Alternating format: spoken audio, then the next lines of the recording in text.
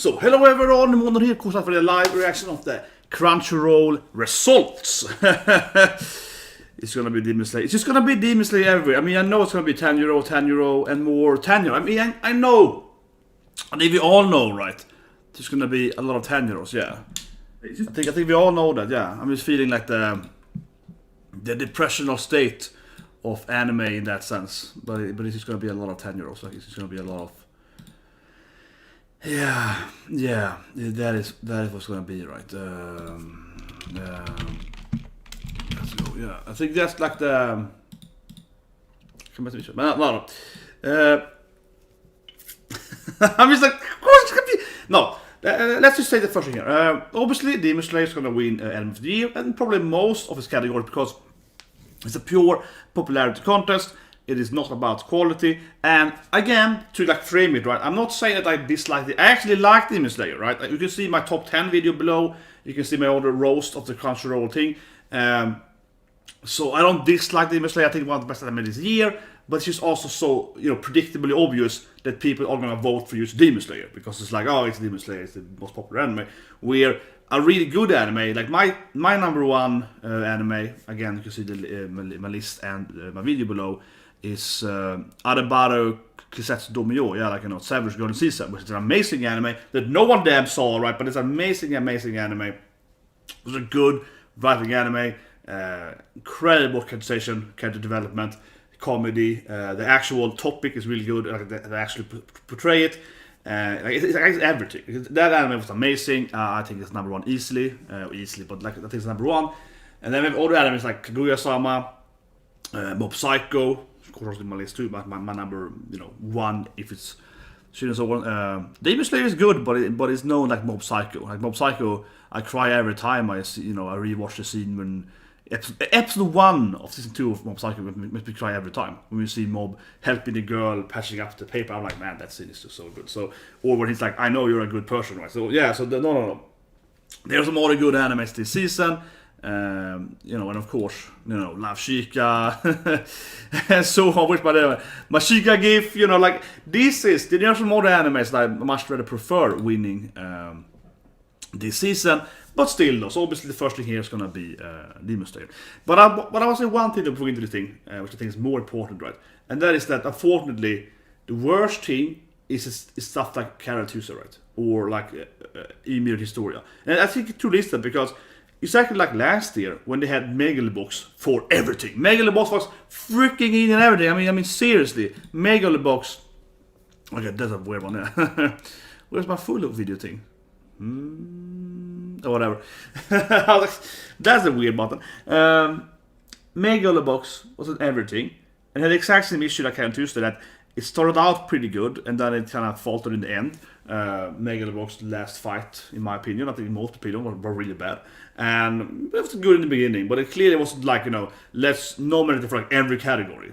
That was Megalobox, every damn category except the music that Megalobox. When the music was good in Megalobox, so that was so stupid. And this year instead, it's Carol Tuesday in 11 categories. I think it is, right? Carol Tuesday, goddamn everywhere. And second Corker Tuesday, the last 11 traps were bad, in my opinion, really bad. The first, in the beginning, I loved the anime, and then it completely just went back to square one. It didn't fix all of the plot holes or the plot threads. The whole mother storyline was completely pointless, absolutely pointless, extremely predictable and pointless. It's boring and pointless. Angela, the only thing was good was the Angela storyline.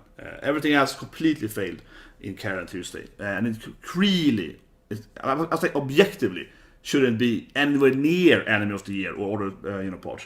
But you know, it's again driven thing. So I think it's really poor. And the biggest, so I really hope that it wins nothing. It's like honestly, like it's like Megalobox. It was nominated for everything, won nothing. Right? Because people don't like that, you know, vote again now. To be honest, right? That's what it is. Right? Like, same thing. I have my, you know, my best girl shirt here, right? Of course, Saki, right? The true best girl from the Sega. Amazing anime, right? The same thing last year, right? Where they nominated Lily over Saki. It's like Lily, great character. Saki, even a better character. It's a pretty obvious reason why Lily was it last year, because purely she had, you know, a PP that made her be nominated over a better best girl like Saki, right? Similar, where's Onigai Mask this year, right? That was the dumbest thing. except even Historia. Where is freaking Dumbbell's opening? Dumbbell's opening wasn't even nominated. Clearly the most popular opening this year.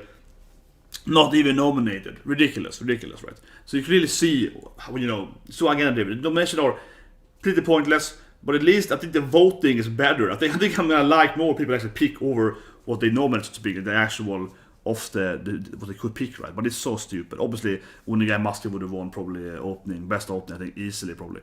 It wasn't even nominated, probably because it's too sexy guy or so. Yeah, it's too sexy, right? Probably. It's so stupid. But the biggest example though, and if they win, I don't know, I'm gonna kill someone. If they win, but I can't see it happening, is the best couple thing. They nominated Ymir and Historia. They didn't even have a scene together. Ymir and Historia take a title. But Ymir and Historia take a title. They had like a very brief, not actually even a romance, arguably a romance. They never kissed. They never did anything. They just hinted. They could be like best friends too. It's actually never really. It's actually never truly established to be a Yuri romance. It isn't. But even if you say it is a Yuri romance, they had sex all the time off screen. That was 2017, okay? 2 years before 19. That wasn't. Yeah, so they had 0 scenes together last season of Attack on Titan, and also 2 seasons ago. So the image they had and thumbnail is Ymir Historia in the winter filler episode. It's a filler episode. Never happened in the manga. That further makes it less canon, right? Because it's just that whole snow adventure with them, it's not even canon. Yeah, it's never happened in the manga. So the image they had from the anime there is from 17 and a filler episode. and it's just so ridiculous. I mean, the best couple is just gay couples, right? Yeah, purely. Where you have an amazing couple again, Arabaru Setsuyo, like an amazing couple in that anime, amazing couple, and also of course Kaguya-sama, yeah, and so on. So you have some actual really good romance couples. And then you have these couples like Ryo and Mataba, horrible couple, but really bad couple in every regard. They even say in the own anime, it's a bad relationship. So why are they best couple, right? Ridiculous. So anyway, let's start it.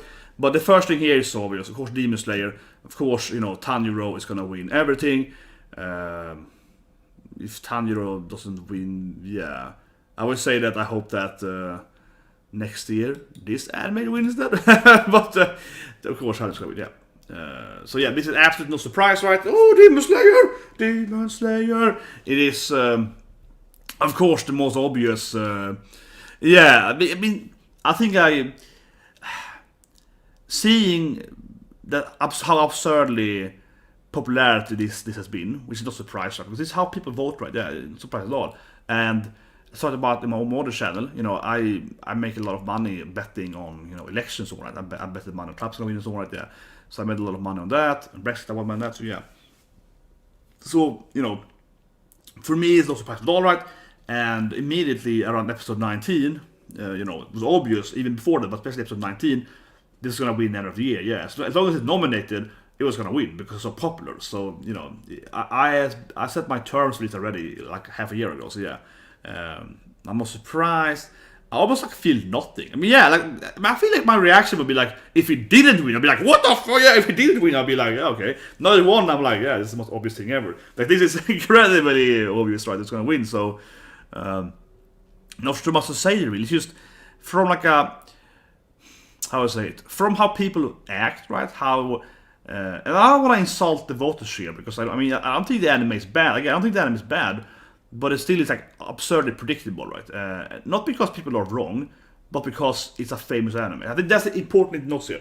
It's not because this is not the best anime of the year, or if it's best anime of the year. That actually doesn't matter. That's the issue here. The quality of this anime doesn't actually matter. You can argue and say that, well, Vinland Saga was better, Kaguya-sama was better, Askeladd should have won, right? Obviously, Demon, yeah, Alabama should really have won, right? You can argue that, yeah. They should have absolutely beat it from a quality standpoint. Should absolutely won it. But the thing is how the system works with these absurd popularity contests, right? And really bad nominees. Where you just pick either the most vogue stuff or the most, the biggest stuff, right? Either, yeah. And if I was the judge, I wouldn't nominate anime. I probably wouldn't, because I'd be like, what is the best anime title? Like Arabaro again, the best anime. 12 episode, 1 story, finished, right? Yeah, best anime. I don't even close my book. So But again, the problem is that these animes can't lose because it's just so hyped, right? It's so famous that even if this anime would be like let's say this anime. I mean, again, I say this anime is in the top 10 of last year, but let's say Demon Slayer was like top 50, right? It was like really bad actually. Let's just argue for that. It was really bad, but it is still amazingly popular, right? In the same way that the My Hero Academia, right, always get always wins, and it usually wins because it's so popular.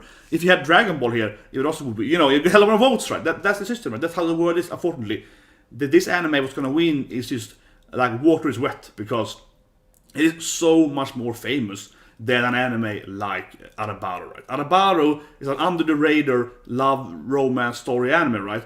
It has no chance. It cannot win because it's like, how many saw anime? 10,000 people, maybe? Yeah, I don't know, like a few people, right? A million people saw this anime, yeah. So I mean, even if everyone saw Arabaro, like me, liked it more than Demon Slayer, and we all voted for we all voted for Arabaro, we are just so few people, right? Yeah, we can never win. It doesn't matter actually. So of course, it's purely. It's not really just popularity, but like what is the most famous show, right? Because it's number of votes. People are not, quality grading it or something like that. So it's a kind of weird thing, and but yeah, anyway, it is. Yeah, let's go on. Like it is what it is. And of course, this shouldn't be normal. It was ridiculous, horrible. Like not the worst anime of my life, right? But it's definitely failing completely. This horrible second part. Mob Psycho should have won probably. I think of this nomination here. Or made any. I mean, for the famous anime, sorry. I mean, obviously, I mention it all the time, but Mob Psycho. I mean, that was like the only one I could have seen winning over Demon Slayer because also incredibly popular and also incredibly good. I think much better than Demon Slayer. It might be much better, but yeah, like it's not it's not popular enough, right? But it has a chance. And then Promised Neverland, very good anime too. Vinland Saga also very good, but also of course popular, but not on the Demon Slayer popularity, right? So of course it can win. Best protagonist. I mean, I'm guessing Tanjiro? Yeah, right, Tanjiro's gonna win, probably. And I mean, as I say every time, though, I really hate Crunchyroll. No, but I really hate the Crunchyroll. The one thing I actually dislike more almost than their like agenda-driven nomination is their antagonistic and protagonistic. Like, they don't understand what an antagonist. Every damn time, they don't understand what an antagonist is. So last year, they had freaking Ainz as the best antagonist. Ainz is the freaking main character of Overlord. He's like, obviously the protagonist of Overlord, and it's a good protagonist. It's obviously the protagonist. The difference between protagonist and antagonist is a good or evil. It's not how it works. Protagonist is a character that the stories around is driven by the story.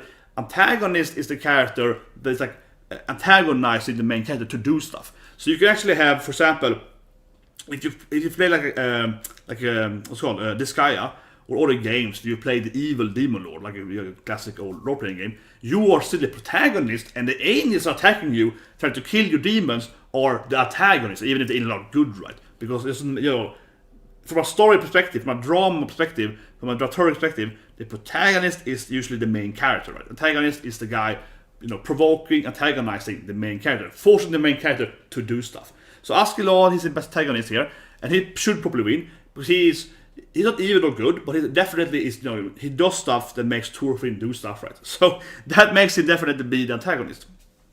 Not because he's evil, because he's forcing the action of Pegler. But these two categories that are so confusing because like Askeladd is also the protagonist of Vinland Saga, yeah. But I mean, there's so many characters here. Every damn year it's like this character is the antagonist, or vice versa, where it's like, man, it doesn't make any sense. For example, let's take something this year. There's a good example this year. Good example this year that isn't actually the protagonist. I mean, I guess most characters in Vinland Saga are kind of like. To me, Vinland Saga is that not only Askeladd, but also Knut and so on. Not Canute, Knut.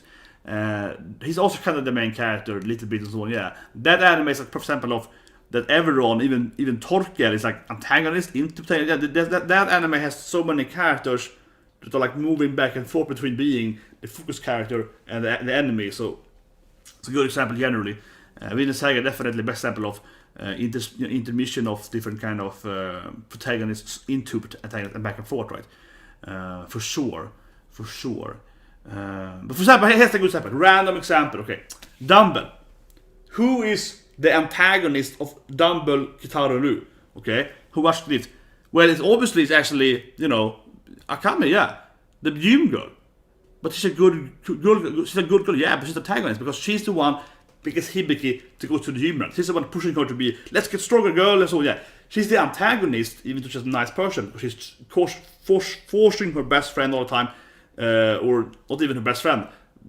At that time, used her friend and then becoming best friends. Yeah, to go to the gym and do stuff and so on. She's the antagonist, right? Yeah, she's her gym partner, but her antagonist. But she keeps forcing her to do stuff at the gym, right? That's antagonist. You don't have to be an evil person to be antagonist, yeah.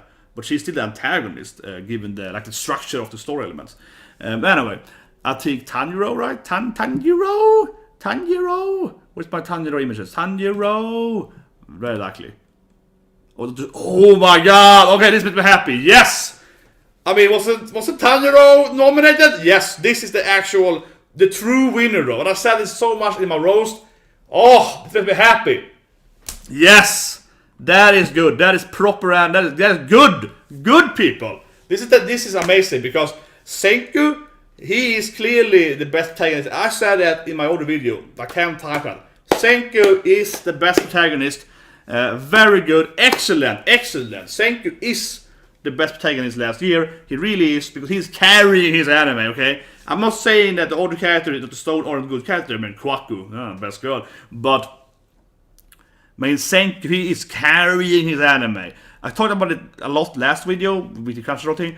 But, I mean, the thing is that the Senku, he is truly like, he has back pain. He is constantly carrying the anime. But he is, every damn scene in Dr. Stone is Senku, right? He is the main character. He is the main character, yeah. Senku is the main character. God damn it, let me go and get this stuff here. How the hell do I make this camera thing work here? Whatever, let's do this thing. Give me a minute, guys. Give me a minute. The button is... No, that button. No, see, okay, this is crazy. I have too many buttons here. Let me go and get it. Let me go freaking get it. Let me get back. Give me a second. Let me get dressed. Where is it? Where's changing clothes? Drop the center one, yeah. Nice. Here we go. Let me change clothing. Oh. Quick and, yeah, superpower, slow, anime, changing clothing. Oh. If I know. Amazing. Here we go, I found it. Wrong t-shirt in the wrong place. Here we go. Oh. Look at it. Oh, the beauty. Senku won. I'm so happy. I thought I was gonna lose. I thought he was screwed, right? Senku. Oh, my man. Oh, so good. Such a good character. But yeah, I've talked about it a lot, right? Last year, Senku is an amazing character. He really is an intelligent character, and he's intelligent in a realistic way. He's both smart and smart, because usually you have the issue, especially in Western, like Killiman's the one in. Like Killiman's best example of that with Dr. Spencer, that he's like, oh, I can calculate the exact number of people in New York per second, and the water and so on, but he can't boil an egg, right? Yeah, it's classic issue where this super scientist guy can build like space mecha fighter things, but he can't boil an egg, right? Very classic issue in especially in Hollywood stuff, but also in anime to some degree, or actually pretty common in anime. But I mean, Senku is so good, right? Because he is a smart guy, but he's also an empathic person. He has people thinking, he's cunning. Senku really is both. He's smart in an actual real way, where he's smart in all. If he's intelligent in A, you're also likely intelligent in B. That's how it actually is in reality. If you meet someone that's an intelligent person in reality, they're usually pretty good at other stuff too. Yeah, that's how reality actually works. And if someone is stupid, if someone is like a really dumb person that they can't do like basic math or whatever, like they're really bad at math. I mean really bad. Not like it's like I don't like math. I mean really bad at math. They can't do like simple calculations. They're usually pretty stupid otherwise too, right? Not always, but usually if someone is like, oh, I can't do like they can't do the basic economy, whatever. Usually pretty dumb generally in life, right? Because they can't do whatever. Finance, so they can't save money or something. Yeah, and it's always like that. Like if you meet someone that's good in sports, like someone that's really good in a sport, they're usually pretty good at other stuff too. Because as you can see, most elite athletes are usually pretty good when they are like businessmen or whatever, right? When they do other stuff because they are so focused, motivated, disciplined, and so on. Yeah, they're usually good at other stuff as well, right? Senku is really intelligent. He's really smart, and he's also good at cunning, tricky people, and so on, right? And all that's the writing is so good at all that. So he's like an actual smart main character, and he really is carry his own anime. He is the anime, right? And he's a really good character. I really love Senku. I mean, obviously, I bought this team, right? I love it. But yeah, let's not forget about this team though, because I mean, I will say one thing though with the Restarted one.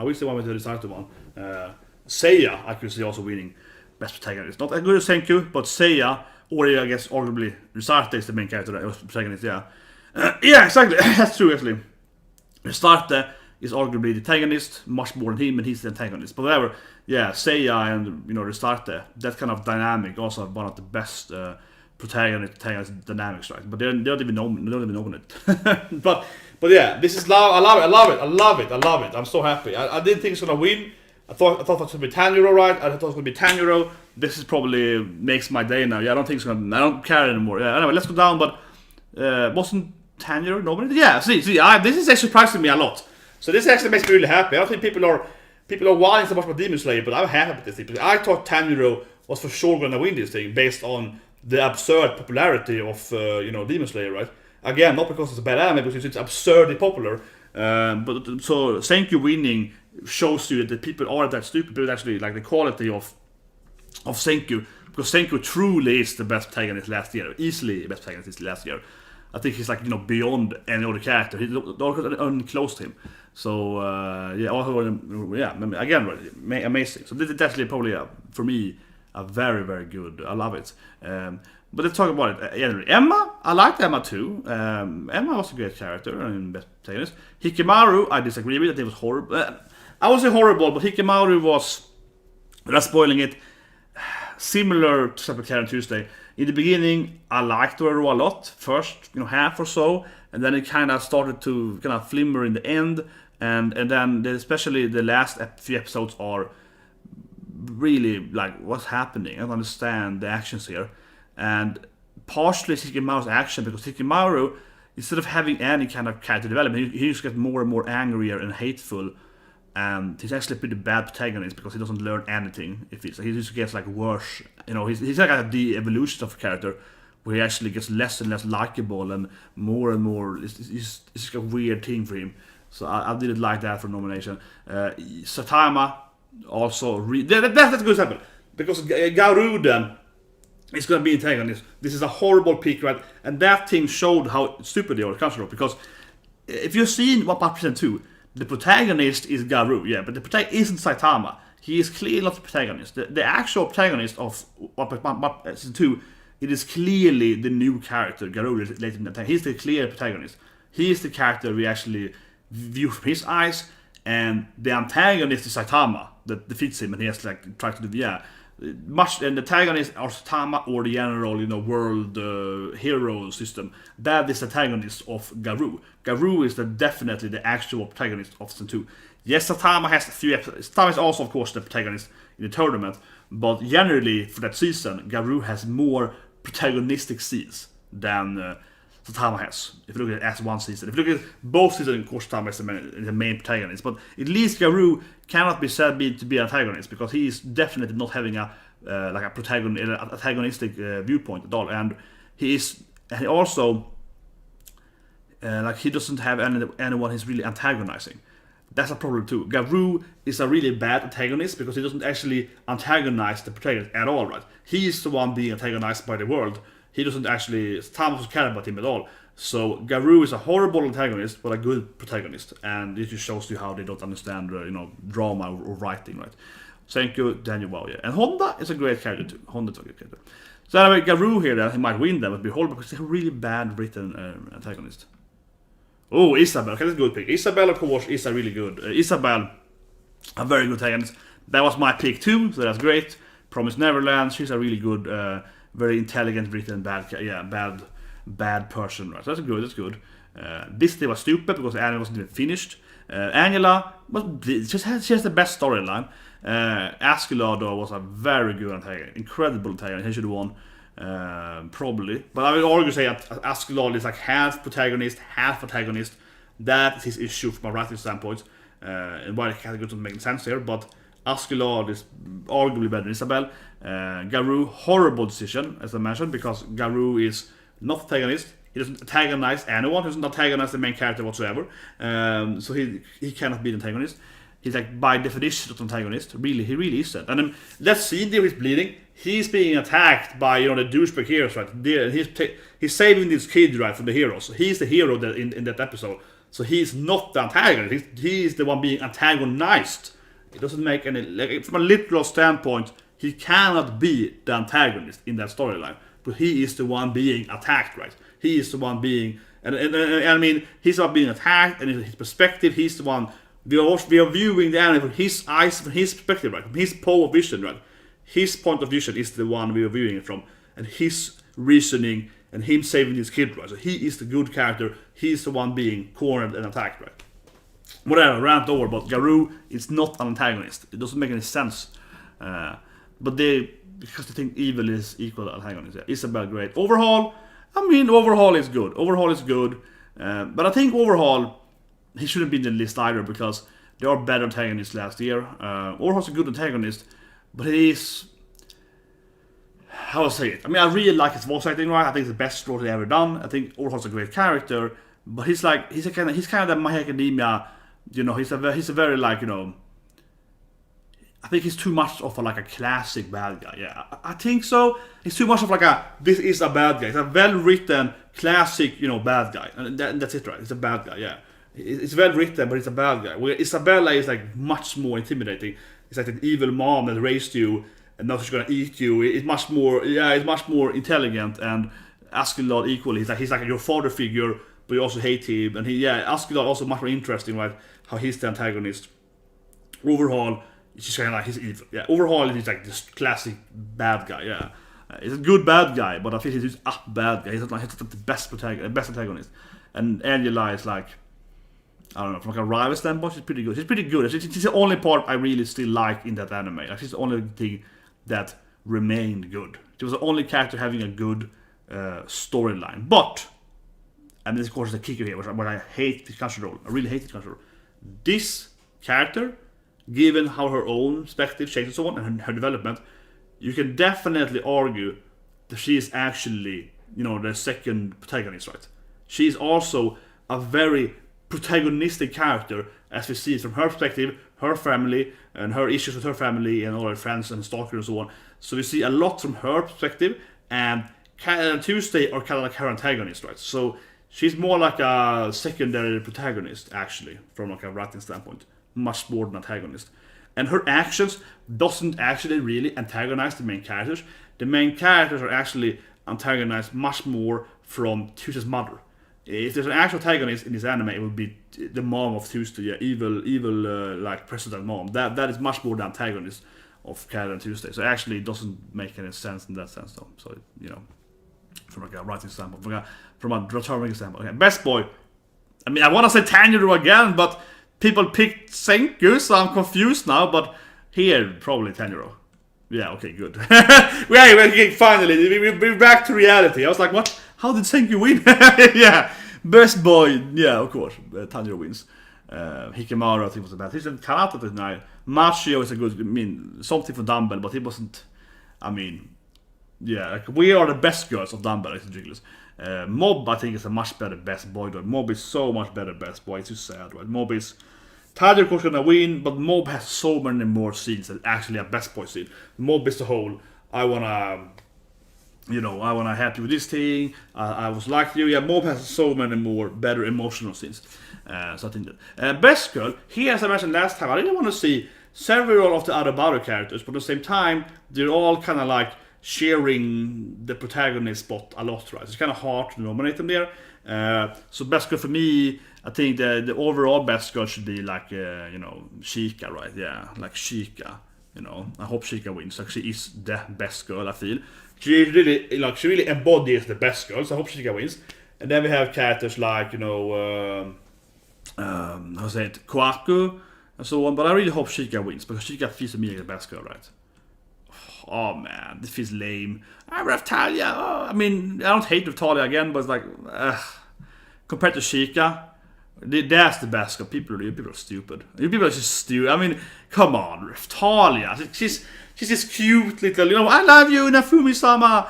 Yeah, she's cute and so on. I prefer Philo over Raftalia, I think. But oh man, what's wrong with people? I guess Kaguya-sama is not popular enough to win, right? I guess so, because I mean, Raftalia is cute. I like that she won more than Nezuko because she has that personality. Nezuko doesn't have personality. Or Shinobu, whatever. They had like Demon Slayer girls, so yeah. So I like that she beat the Demon Slayer. I hated that Carol was a horrible best girl, so yeah, that was good, yeah. Emma or Kwaku. I mean, I prefer both Emma, Kwaku, and Chica over Raftalia. But I'm happy that Carol didn't win because Jesus Christ, the anime didn't deserve to be best girl. Normally didn't. Nezuko's in the topic. I like Nezuko. I don't dislike Nezuko. I've done a lot of Nezuko gifts, right? I know a lot of Nezuko stuff. But the problem with Nezuko is she's like an objective prop, right? Nezuko is a character that is more a living object. And if you talk about from like the whole, let's go super woke here and progressive, be like, females are just objects and men are evil and so on. Nezuko kind of really embodies the whole, object of a character. Yeah, like a character that is more a prop to the scenes than an actual character, right? That is truly Nezuko. If you're gonna go super woke here, but it's true. In her case, it is true. Nezuko is not a bad character at all, but she's more of like an interesting side prop than an actual best girl with like a cool personality and so on, right? Because she doesn't have a personality. She's just like the cute living sister zombie thing that is very unaware. I would say one thing that would actually fit a little off with Nezuko, with nominations, is that she has too little screen time. I actually think Nezuko should have more screen time like I would prefer Nezuko had more screen time during actual Demon Slayer. I think she had too little screen time, and she ends up in the basket for like, I don't know, 7 episodes in a row or something. Yeah, it's like a long part, basically the whole forest part until the end of the forest. She's not in it at all. It's a long part of the anime. We don't even see Nezuko at all, which I feel is kind of weird actually. So I think she should have more screen time, honestly, and I think it would be better if she had more screen time. So it's kind of a weird thing. She had less screen time actually, and she has cute moments. Nezuko's a hard thing there, but I think she lacks the best girl quality. She lacks the really like emotional quality. I feel like an actual character is really cool, makes every scene interesting and so on. That really owns the scene, like Chica. But every time Chica enters, she's like, wow, that is a cool, funny, yeah. Every time Chica does stuff, it's like, yeah, this is Chica, yeah. Like, we really feel like this is she's the girl that really, conquers the room every time she's there, right? Without being the main female character, yeah. Similar, Kwaku is like really badass, yeah. Kwaku, of course, amazingly, this year's most badass character, right, of female characters. And every scene she does stuff, it's just badass. The chief's father, she's a chief's father, right? He's like, oh, my little girl, she always loves her shield, and she's like, oh, she's bam, bam, bam, bam. It's like, how are you doing? I don't know, like, she's always like, tricky tomboy, and yeah, she's awesome. But of course, I would have picked Hibiki as the best girl of the season, right? Of course, of the year. Best girl, owns her anime, right? Amazing Gairu, super funny, right, and so on. Every scene is so good because of her, right? So she's also amazing, badass, and so on. I would easily pick Hibiki as that. She really is a best girl. And I remember the votes of Red and so on. Then Hibiki was far popular than all these other girls, except then, of course, the Demon Slayer characters, because they really conquered them. But from like on that season, yeah, Hibiki and also Akemi, they crushed Kwaku and so on. Yeah, they had no chance. So like if Hibiki was here, she probably would have come like number 3, probably, like Raftalia and Nezuko. Nezuko's probably number 2, right? Yeah. But yeah, Raftalia is I think she's a better pick than Nezuko because she actually has character development. She's changing more stuff, right? She's very important for the anime. She's more central for the anime. They actually do feel a similar role, right? They kind of like are the supportive, absurdly into main character, following them as their pets. Yeah, they really are really into that. But she does actually do a lot more stuff, and they actually are very similar. They both fight and so on, right? But Raftalia has more of like an actual character as she's hanging out with him and shopping and really taking care of her man, right? Yeah, she really has that With Nesco just kind of like she's put on the side when they have actual storylines, right? Yeah, for a little part of the story elements, she's kind of hidden away, doesn't actually contribute to those scenes, but that Ratalia does. But otherwise, they kind of fill a similar role. They do appear in many supportive sides on the side, right? And there, I think Nesco is better because she's more cute and fun in the background than Ratalia, and it's kind of like a nonsense thing sometimes. But yeah, they're very similar. They're actually very, very similar. I think very, very similar. I mean, I assume by far Nesco is number 2, right? I wish they would actually show all the ranking in that sense. It would be more interesting. But Nesco is very like number 2. But I would really like to, of course, again, Chica should really have won this. Chica is obviously the actual best girl. Like Chica is by far much more best girl. Anyway, best director. I hate this category because I hate so much of them. But best director, they always use, from like a nomination standpoint, from a Crunchyroll standpoint, they just pick the same animes like best year of anime, yeah. So the nominees are the same thing, like who directed Demon Slayer, yeah. Who directed Carol and Tuesday, like they just have. If you go up quickly here, to this anime up here, right? Yeah. Most of these animes here, like this director, that's gonna be the person coming in, yeah. So it's like the same category again because they just pick the same, yeah. They're just like, oh, who did the same, who did that anime to be picked, so.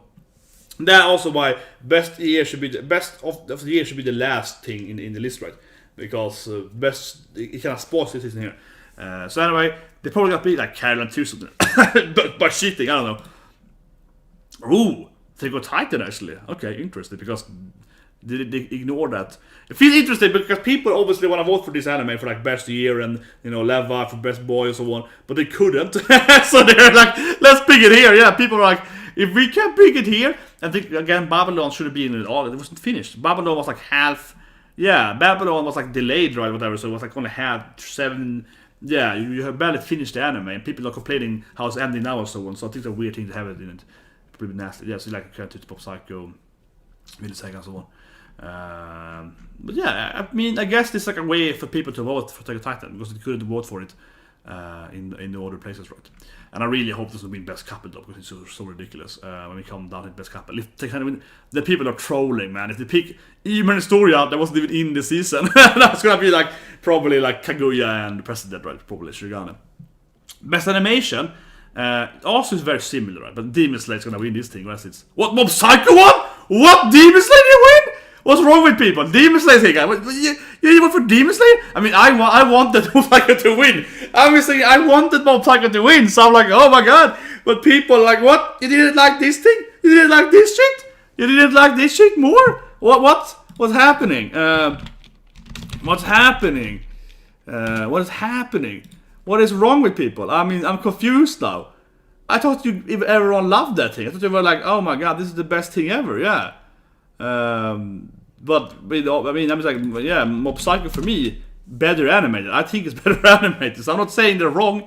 I'm just saying like, why didn't they win? I'm just confused from like a perspective of yeah, I'm gonna do this thing then. Yeah, screw it then.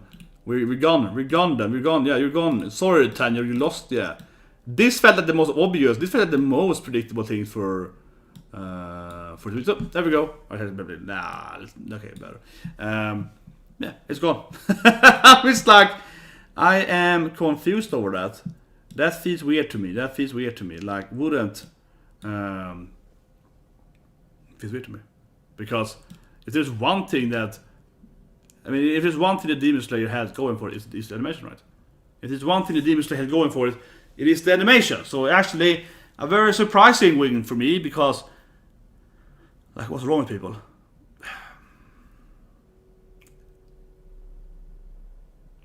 Okay, this is not my reasoning. This is my reasoning. This is my reasoning here. Okay, so the only way I can make this make sense for me is that people doesn't vote. Yeah, like so what I mean with that is that people probably because thinking about the list order here. Over best animation is down here, right? It's down here. It's like category 11 or something. It's category like 7 or whatever. Yeah, it's category a bit down, right?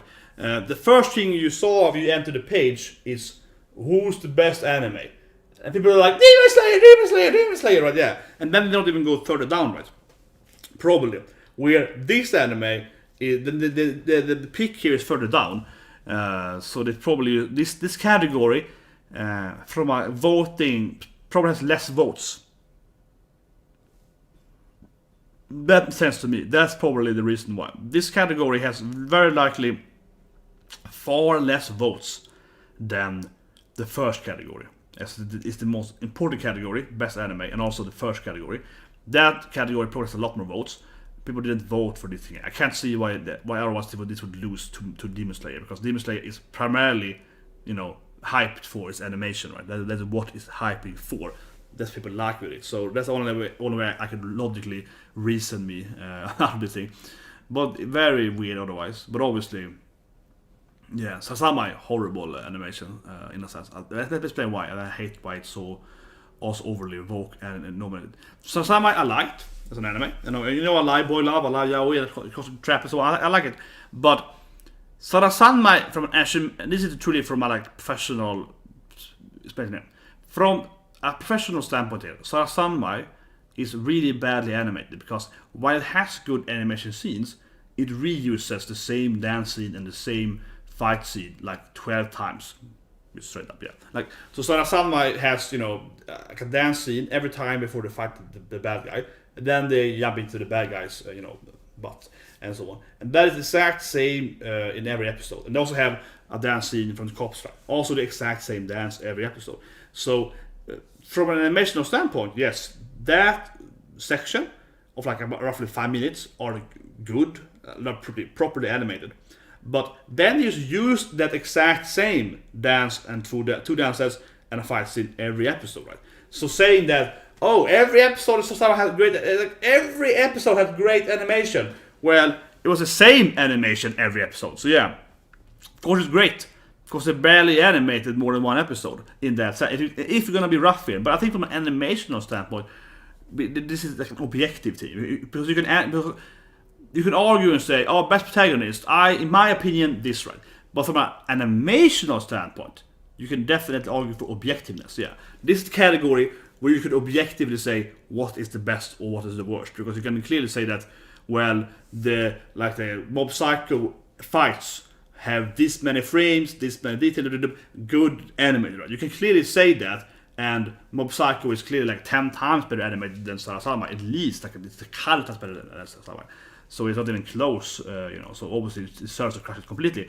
But I just mean I hope you see what I mean, right? From an objective animational standpoint, Sarasama is actually incredibly lazy. It's just reusing the same thing over and over again. And again, I like the anime, but one of my issue with animes, and why I didn't have it in my top 10 and so on, one of the main reasons is that because they have this cool dance scene with the yaoi cops. But instead of having one new scene every episode, because then it would be good. Yeah, that one new dance every episode, that would be amazing. But at least maybe 3 different dances, maybe 4. If every third episode had a new dance, then it would be good animated, or at least better animated. But now it's just one exact same dance move every damn time. That is bad animation. That means you only animated one dance, for 2 episodes. So they actually had a really low quality of animation because they just reused the exact same dance over and over again. And that also, again, then for me, the main reason why I didn't have it in my top 10 because, not only the dance but also the fight scene, exact same fight scene, right? Exact same fight scene, and also that when they're doing the Sonic pipe thing, also exact same thing over and over again. So I mean, from a quality, from a budget standpoint, they just reused almost half every episode was a reused episode. The storyline and so on is still good as Sandman, but you have to basically rewatch the same episode 10 times. Yeah, it's ridiculous. Honestly, it really is. You can skip over every dance and fight scene and get the same anime. You've seen it once. And that's very important for you. Again, the animation, right? Animation, yeah, because that shows you it's not good animated. Because it's very low budget. Yeah. Best character design. I hope that Vinland Saga doesn't win, because that's the most dumbest thing ever to be nominated. I know people love Vinland Saga, and I like it too, but as I talked about in my other video, Vinland Saga's character design is the lamest thing ever, if you argue from an innovative, side, because obviously there is Vikings. God damn it, there's Vikings, man. They have my hair and my beard, right? Yeah. So I am not even joking when I say that Vinland Saga It's like a family photo. Okay? Like seriously. When I see Vinland Saga and the character design, I'm thinking like my father. My father looks. He's a very walking guy, like a massive beard, much bigger beard than me. He has, he has thick beard, and he's longer hair than me, and so on, and so on like that, right? And he's like has like typical. He's very very big. My father is. So I'm like a dad. Yeah, I'm like I love my daddy. No, but like my father is. He is also very muscular. Just like me, right? Yeah, just like me. No, but he's huge, and he's like he's bigger than me, right? Yeah, yeah. So he's massive. He's very tall. It's almost 2 meters. A little shorter than that. My grandfather was like. I spent every video, but my grandfather was taller than my father. My father's taller than me, and I'm the shortest. And I hate that because my grandfather, he was like 2'1" or almost like 199. He was like just around 2 meters. And my father is shorter than that. Now I'm shorter than my father, but I'm still tall. I'm still taller than like when I'm going shopping, whatever. Right, I'm taller than like everyone in the store basically. Yeah, like usually right. I'm taller than like maybe 90% of the people I meet, right? Usually, or maybe even more. And that's in my home country, right? And of course I'm taller when I'm like in the US or when I'm in Asia. Of course I'm very tall. And my father is even taller than a massive guy, usually here. So when I see Torkel, that's my grandfather. Yeah, Torkel is my grandfather. Seriously, my grandfather was massive. He used to canoe. Yeah, canoe. He used to have a canoe. But he would canoe between my home city and my like home island, like an island Archipelago, where he lived. He would canoe between those that the city and island every day. So he would live on the island and he would go to work as a professor in my home city, and he would canoe into the island every morning.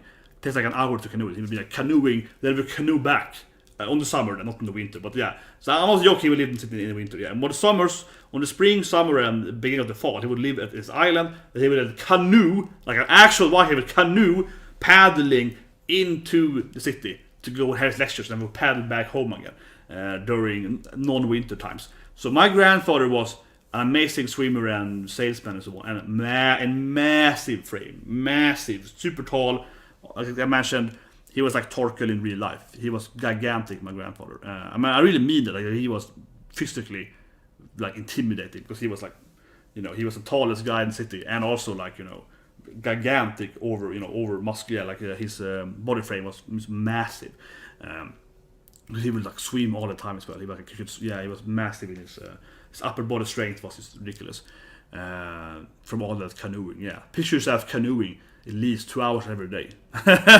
In the morning, he would go up at 6 in the morning and take a canoe to get to his work. Yeah, every morning he would canoe from 6 to 7 or roughly that. Get to work, right? So you could be at work at like, because after you canoe, you have to walk or take the car, whatever, from the harbor to the school, right? To the university, he has to go from to the college. Yeah, he had to go to the actual school, but so he had to like also walk for like half an hour or so after that.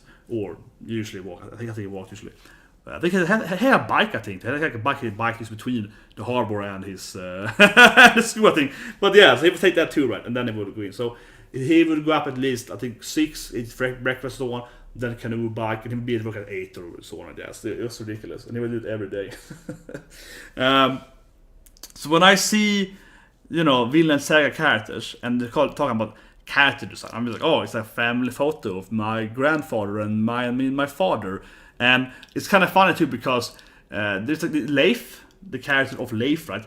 He looks like my uncle Leif. It's like, I'm not even joking here. Super, but it's true. Like my uncle name is Leif. I have 2 persons in my family called Leif.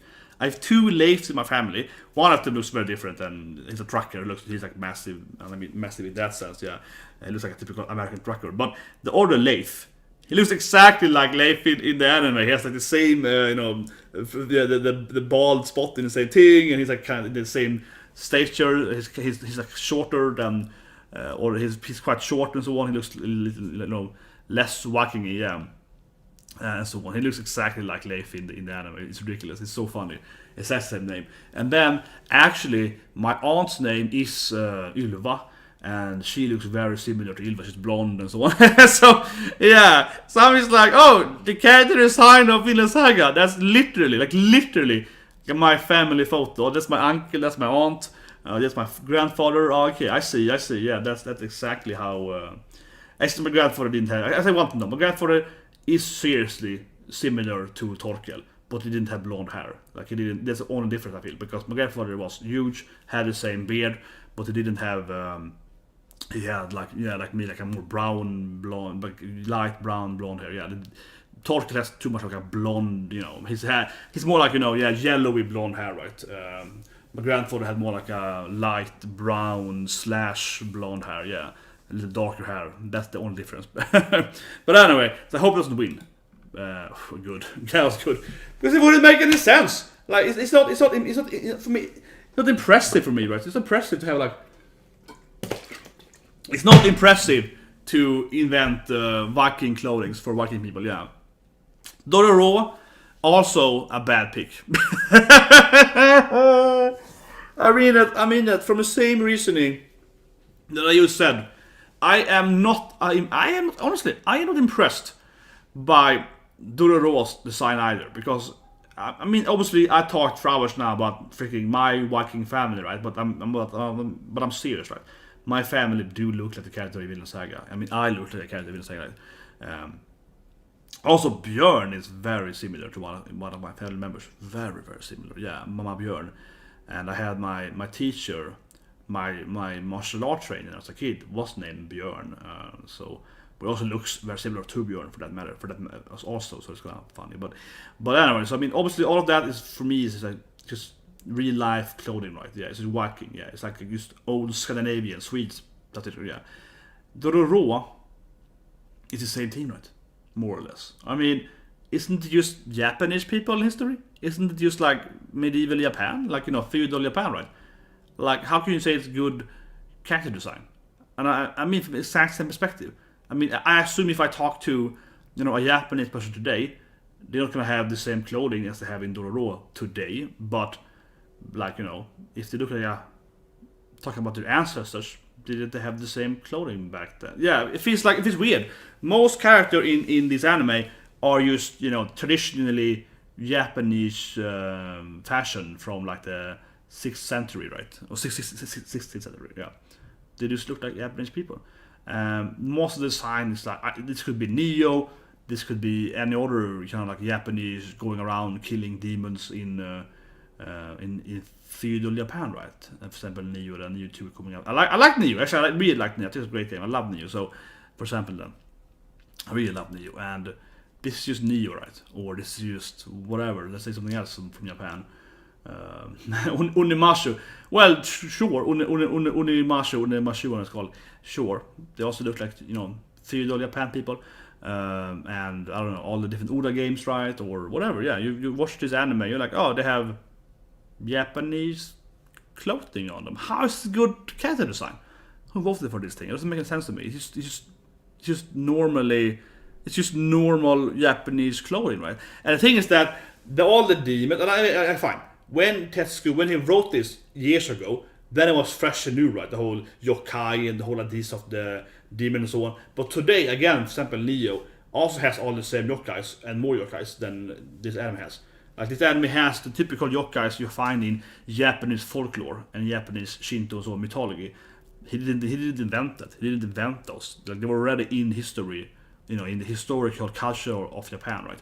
He didn't come up with that. I was saying again, when he did it in the manga, then it was fresh and innovative because he was the first guy to do it, right? So then it was good. He was the first to do it, so then it was good, right? But it was good, but like then it was actually a lot more. I mean, character design is because he was first. But today, this anime aired after we just had like three Japanese feudal games the year before. Yeah, at least 3 big ones. It was like Sekiro, right? It's the same year. Again, Sekiro. I love Sekiro. Okay, Sekiro. My God, I love this game. I like it a lot more than all of those whole games. I love Sekiro. You can watch my Twitch and I stream the whole game. I love Sekiro.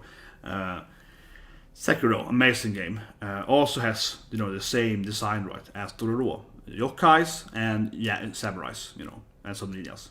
So I mean, I don't get it. For me, it doesn't make any sense. From an objective standpoint, you cannot argue and say that it has, it is not. Maybe you could also say it is the best version of this kind of history, Japanese magical history. but it's not innovative at least. You cannot argue that it's innovative or that it's like special or unique. It's the least unique thing ever. It's almost like less unique than Vinland Saga. Vinland Saga is like there are less Viking animes and games, right? But otherwise it's just Vikings.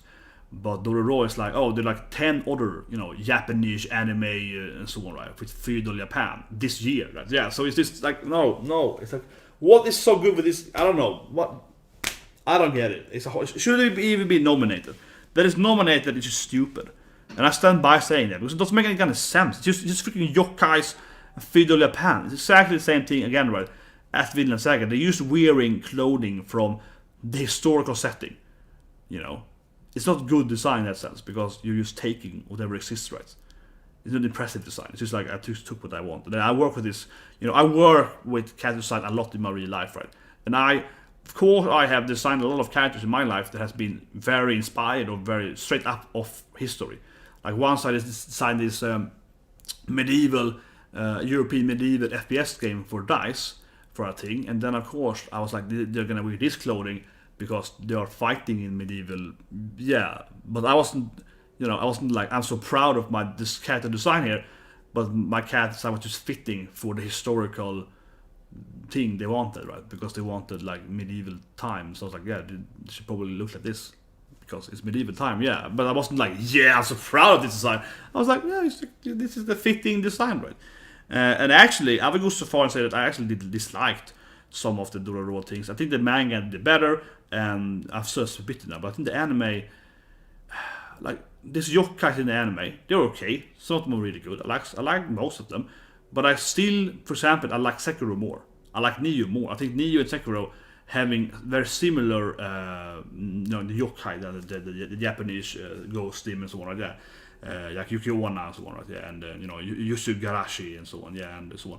They are much better done, I think, in both those games. Much better done. I think that, especially Nioh, is really good at like coming up with cool yokai design, then having like a lot of text explaining them in the game. Yeah, we can read like these, mounted monk demons that are like burning monks or people that Nobunaga Oda like, burned alive, and then he made them on wheels like in Berserk and so on. Yeah, like and like that stuff. I think that is really good in Nioh. They're explaining the historical aspect of it, while also explaining how to turn into yokai and so on. So I think that's much better design of the same topic. So anyway, whatever. But I could ramp on it for hours. But I'm not impressed by the Dororo. Not saying that I don't think it's bad. I don't say it's bad, but I say as with Vinland Saga, it is not innovative for a second. It's just the same thing I've already seen. And also, while there are very few Viking animes, there's a lot of comics and books and so on in Europe about Vikings. For example, again, Torgel. I love Torgel. So Torgel is like much better, I would say, character design than Vinland Saga. Also about Vikings, but it's from the 70s. Right? There's a lot of other and so on, like Red Snake. There's a lot of other comics and stuff like that from like Belgium, France, and Sweden, and so on, and Denmark for that matter. But Denmark's a lot of comics too that are about Vikings. They have done the same design and also have even included other characters like Torkel and so on before, because that famous Torkel Tal right there. So it's not something new whatsoever. Dororo, I feel the same thing. Again, when the manga was new, then it was very new and innovative. But the animes after all those famous games that did the same thing too. Anyway, obviously, this is actually what I feel. This is actually probably the best category for Character Tuesday because they have interesting design, clothing and so on. Actually, fashion design for some of the characters. But it's everywhere. Nowhere. It's horrible, annoying. But the Stone. Maybe actually they have been Chica definitely, yeah, but Sarasanma actually I think I would have liked to win here because they actually has the most unique designs. This is where I feel that Sarasanma should have won. When I mentioned the animation is very like reused, but from a design standpoint, they're very cool design and the cross-dressing bee outfit and so on are very cool. So and so actually Sarasanma I think should have won this from like a objective, innovative design point of view, I think. Music. I don't really care about. Only Guy Masker should have won. I mean, I know later on it's like the best opening is down here, right? But obviously, Only Guy Masker should. Anyway, but no, I don't know. Maybe I don't really care. Of course, doing something. Karen Tuesday, yeah. I don't really care. But I actually feel it was actually I mean, I guess this is the category for them to actually do win without Moki. I guess this is the category for them to win to actually without actually being weird. They actually had a lot of music. Best fight scene though, I think the categories here was pretty piss poor always. Very, last year was so funny because then best fight scene was nominated by Capcom, and Capcom for Devil May Cry. Do I have it here? Yeah, here we go. It's here in my. I have my box. Yeah, Ram can get up here, Ram then. So last year, Devil May Cry 5, right? Devil May Cry 5 was doing a PR thing, so they got to nominate best fight last year. They got to nominate best fight last year, and okay, I can do it, whatever. They got nominated best fight last year, and that nomination, best fights, were the best thing ever. It was so funny that the guys from Capcom, that I assumed they like anime because of Capcom, like they're like gaming nerds, and I don't know some people at Capcom. I had interviews a few times at Capcom, but I don't know people really there. But I mean, I assume that the people working at Capcom are probably into anime and so on, so right? So they're probably like more. But they aren't really agenda driven, right? They're just like kind of normal fans of anime, probably. So their fighting list was really good. They had like the Momoki fight, they had the Overhaul fight, right? They had the Black Clover fight, they had like all the actual good fights. They had all like seriously again, best fight scene was like last year from Capcom guys, right? Capcom random employees, right? Yeah, I don't know who it was, but Capcom employees, they picked an actual, objectively, I would say, good nomination list. Like, these are the best fights. Then, this, of course, won. But people hate it because they want the Naruto to win, Bird to win, but whatever. It's either between Momonoshi fight or, of course, the All Might fight, right? That's were the two biggest ones to win. But, yeah, that list was amazing last year. But this year, this is crap.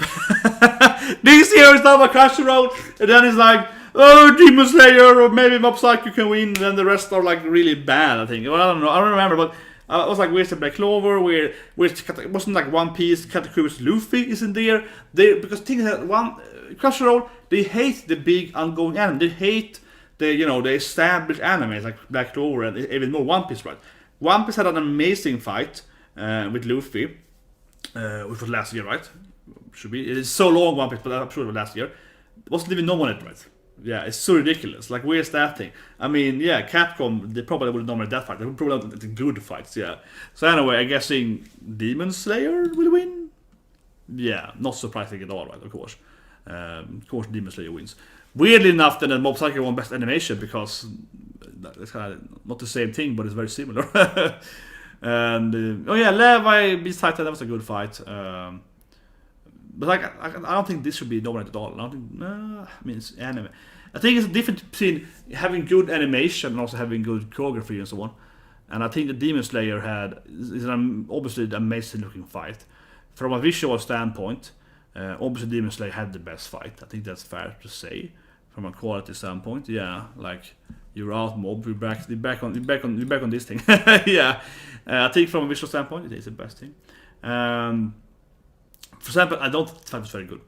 It was a cool fight, but it was like, I don't know. I mean, it was a pretty short fight actually. It wasn't that. I mean, I liked it, but I think that Torfi, the whole video saga isn't an anime but fighting. It's a Viking anime, but it's much more like a drama in a sense, right? It's something about fighting. I don't think that was why I liked anime anyway. I think this was okay, but they weren't like. This is a very good fight, but it's very short too. It's very badass with Levi, very very badass. It's like 3 minutes long fight. I think, for example, if you compare it to the All Might fight, that's like a whole episode. It's like an episode of emotion, yeah, where I cried at someone. Amazing fight. The Boruto fight, like 2 weeks ago, also the same thing. Choreography, abilities, combinations, so on, yeah, a lot more like that. The Luffy fight, I think, is better than these fights here. It's much cooler, has much more depth to it. The technical fight, so to speak. It looks a lot better, I think. A lot better. Whatever, let's go on. Best couple. If Ime and Storia wins, I have to burn down, I guess, their something. But it's like, it's ridiculous because. So I guess I mentioned earlier, the dumbest thing. There's so many dumb things. Like, where is the start there? Why do they hate? Why do they hate so much of Crunchyroll and so on. They been nominated, yeah, even though it's such a good anime and also good opening. But the best couple is arguably Restarte and Seiya, because they really do, feed on each other. I guess Kaguya is gonna win, I hope so at least. But the worst couple they had, and this is what was worst category. Not only they had Leo and Matabe, which doesn't make sense because they're a horrible couple. If you've seen the anime, you know that Leo's love is just like a robot and it's just weird, it's bad. Actually, I think Robohachi is much better couple. Robohachi is like a duo, kind of little half-gayish, yaoi kind of love life with, of course, Sora's voice actor and Kalku's voice actor doing this, couple, travel adventure. Much better couple than like the what they dominated for most, at least. But the worst thing, of course, again, is Iben Historia. Iben Historia didn't even have a scene together, right? Not a single scene together in last year of Attack on Titan. And 2 years ago, also didn't have a scene together. They had a scene in a filler episode 3 years ago, okay? So, it's been a huge amount of time since Iben Historia actually hang out together. So how can they even nominate that? It's purely because they're like, oh, we need like gay love, we need girl on girl action. So it's just ridiculous. They didn't even have that scene last year, or even 2 years ago, right? So it's the dumbest thing ever. For example, if you look at last year, we had Citrus, that's a better fucking romance story than Mysteria. But we also, of course, had Bloom Into You. Bloom Into You, one of the best animes last year. Bloom Into You had an amazing romantic couple, right? With the two girls there. That's a really good romantic, lesbian love story. Right? Amazing love story. Where even the story is like a really poor, even arguably not even a love story, yeah. That's how poor it is, right? They might not even be romantically in love because they're kind of like not really. And best couple, it really has to be a romantic requirement because otherwise, I think Robert Hutch is a must-be couple, right? Because this anime is about to be a couple. Again, we started also so on. So the whole nomination absolutely piss poor. They have no idea what they're doing. It should be fired, right? Ridiculous having Iben Historia because it wasn't even in that year. Like it should be by definition should be allowed to have a couple that didn't even interact since 3 years ago. Like it's ridiculous. But anyway, if they win, it's gonna be effing it's obvious. Yeah, so there's the obvious shika. No, but this is the obvious. Breaky, yeah, this is the obvious couple, right? So I'm happy they're winning, and as I said, right, they're gonna win. Kaguya-sama, yeah, because this is that couple, of course, last year. One of the best animes last year, my number 2 last year. Kaguya-sama, of course, the 2 coming next season. They should have won. This was an obvious winner. The other couples were agenda-driven, not actually good couples, except one couple, and that, of course, is President and her cute best boy. Okay, so one nominee, which I actually prefer over this thing personally, as I mentioned a lot in the video, is of course Arubaru Katiosu. Arubaru has this really good couple with the president that first hate boys, then there is this one really cute boy that's always like trying to help her out and so on, right? And she falls in love with him, and that's the best relationship of Arubaru by far. President's love story, yeah, it's so good. So there's one couple that I think should win from it's a quality. Forget about popularity. It should be Arubaru President's that love story of her. So good love story. I think they should have won of the nominees here by far. And that was one before I knew the nominees last video. That was the one I was hoping is going to be nominated, right? And also, of course, Kaguya-sama. But I will go again back to also restart and and Robohachi. Because Robohachi is all about them being a couple. But whatever. I'm happy that none of their ridiculous picks won. Yeah, because like bad, really simple. What? Also, it's yaoi. Yeah, but it's not like not a horrible couple, but not like very good either. It's like they're yaoi. Horrible couple. Yeah, horrible couple. They have basically no actual development. He's a freaking robot. It's like he's a horrible couple. It's abusive. It's a horrible couple. Here is the best couple though. Yeah, Rika, and Shun. Yeah, this is the best couple. Definitely, this is they should have won from like a quality standpoint. And this is the worst. Season 2. Yeah, that's a wrong number. They're idiots at Crunchyroll. That should be a 2 there. That scene here. This is again. I say 10 past now. This is the winter scene from season 2. And remember that the title had 2 different seasons. Season 3 Part 1 and Part 2. So actually, season 3 was, both 18 and 19. Season 2 was 17, right? And this scene here is a filler too. Yeah, and it's filler! It's not even canon. Not even canon. I had my voice. Not even canon. Not even canon. It's not even canon. And even in this scene, they also don't get together. They also never say they love each other. They never actually have any kind of, romantic, actual romantic involvement with each other. They might not even be gay for each other. They're hinted to be maybe gay, where the other couple are actually in love, right? Or actually like physically, yeah. So that also should. I'm just guessing from their own definition of couple, shouldn't they like not allow them? But then like again, like Robashi is better one if you're not gonna have actual romance. Best video performance. Last year I was pissed off that Nabaka wasn't even in it. Restarted should easily win this thing. Again, Yun, but Restarted. It's also Yun, yeah. She should easily win this thing. Half the anime is Restarted screaming, right?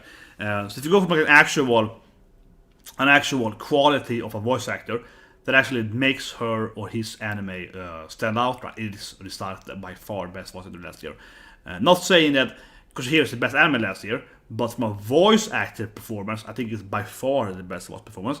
But of course, they have 0 nomination of Koshihiro because it's not woke enough. That's the secret. Yeah, it's a guy that slaps females because they are idiots and so on. He's a guy that actually gender equality and so on. Yeah, so it's just so stupid. And I don't remember the nominees, but I think there were a lot of bad nominees, which I didn't care about at all. Honestly, but anyway, okay. I guess Yaoi is popular. That's horrible. Yeah, this is just because he's gay. I mean, I'm so tired of it. Yeah, it's just because, and it sounds like I hate Yaoi now, but Yaoi is my favorite hentai category. No, yeah, it's like I love Yaoi, but I'm just from like that's the issue, right? Arubaru has gay relationship. Arubaru I love. Like Arubaru is my favorite anime last year. Yeah. Because I don't want manga and anime to just be, oh yeah, this anime that's nominated because it has a gay character. No, I want it to be the best anime get nominated. I want to write good stories about gay people, right? Where Sarasanmai is a really bad written love story for Rio. Horrible love story. The other guys though, the younger boys, they have a good love story. The Netto Red love story, that's a good love story actually. So I like that I like that Yaoi part. That was very good. But the Rio Yaoi part and his voice acting and so on was really bad. It was just annoying. It was weird. It was just a very abusive relationship, which didn't make any sense. Logically didn't make any sense. Which is just a very bad written. And his performance as a voice actor didn't help at all. It just made it weird, worse. Yeah. So I think horrible nomination. Horror. I think it was a bad performance. Of course, Shinobu were popular. Isabella was very good though. Isabella was very good also. Isabella was very, very good. And of course Senku.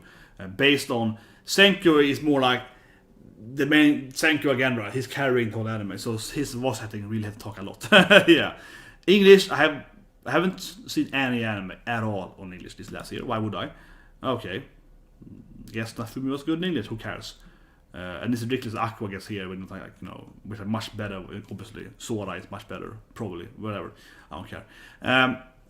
And now we have these weird categories where they don't really have like, why is Vinland Saga not here? Why is this anime not here? How can like Arubaru not be here? These 3 nominations here are all really stupid. They have like a really weird definition of what's a comedy and drama or fantasy. It really makes no sense to me. So whatever, let's go over it. Yeah, this should win though. So fine. Best comedy, great. Because that is the best comedy last year. Thank you, award. Yeah. Dumbbell was here, that's true. But Dumbbell wasn't in best opening. So stupid. But yeah. This quarter was good too. No, that was good. Sarasama isn't even a comedy. Yeah, this is what it is. Sarasama, not a comedy. It was funny, not a comedy. And also, not by far not the best comedy. Have you seen Koshihiro? No, but have you seen all the anime like Koshihiro? And Oresuki, right? Oresuki is so damn funny. Oresuki is effing super funny, yeah. With Yoro-kun and Pansy, so that's a really funny anime, much funnier than Sarasama. I would say Kevin no Michi, a lot funnier, and so on. There's so many other comedy animes last year that were a lot funnier than like My Room is a Cat. Also pretty, I think, mediocre comedy in my opinion. It is a comedy anime, I guess, for the most part, but it's like it's more maybe drama, but there's comedy, fine, but it's like it's not that funny, in my opinion, of course. But like, come on, there are a lot better comedy animes than these two, and I guess also there's a lot better comedy animes. But at least that's the comedy anime. At least it's category correct at least. Yeah, that's definitely comedy anime. That's good at least. It's an ecchi anime. This is the best kind of anime. It's scored is really funny though. It's really funny. So I mean, this would be my number. Good, but I think that, again, like Orosuke example, so funny. Orosuke so fun. Anyway, best fantasy, very confusing category if I remember. So whatever. Promised Neverland, not a fantasy, clearly a drama. If you ask me, if you have a drama category, Bookworm, that's fantasy. That's isekai fantasy. Yeah, that's a good sci-fi fantasy. I guess fantasy. I mean, it's not an action anime, but I guess see the fantasy category is like anything goes. I feel that fantasy is anything that is not in real life or something. What is a fantasy category? Fantasy category is like anything that is not taking place on Earth, except maybe it's like future Earth. But you know what I mean? It's like not taking place in the current Earth time year. Also could be Earth, you know. Yeah, probably is also probably Earth in the storyline. Take a Titan, yeah. Also, it's probably Earth, right? That they're probably like Britain, yeah, and you know something like that. I mean, a Paradise is probably England, right? Something weird, like yeah.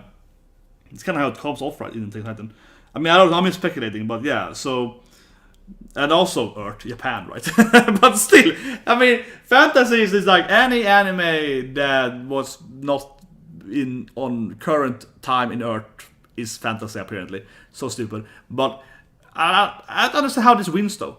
Like, who's voting for this thing? I'm sorry, but I don't understand how this would win. Maybe it's like, again, like it's so far down in the list, but...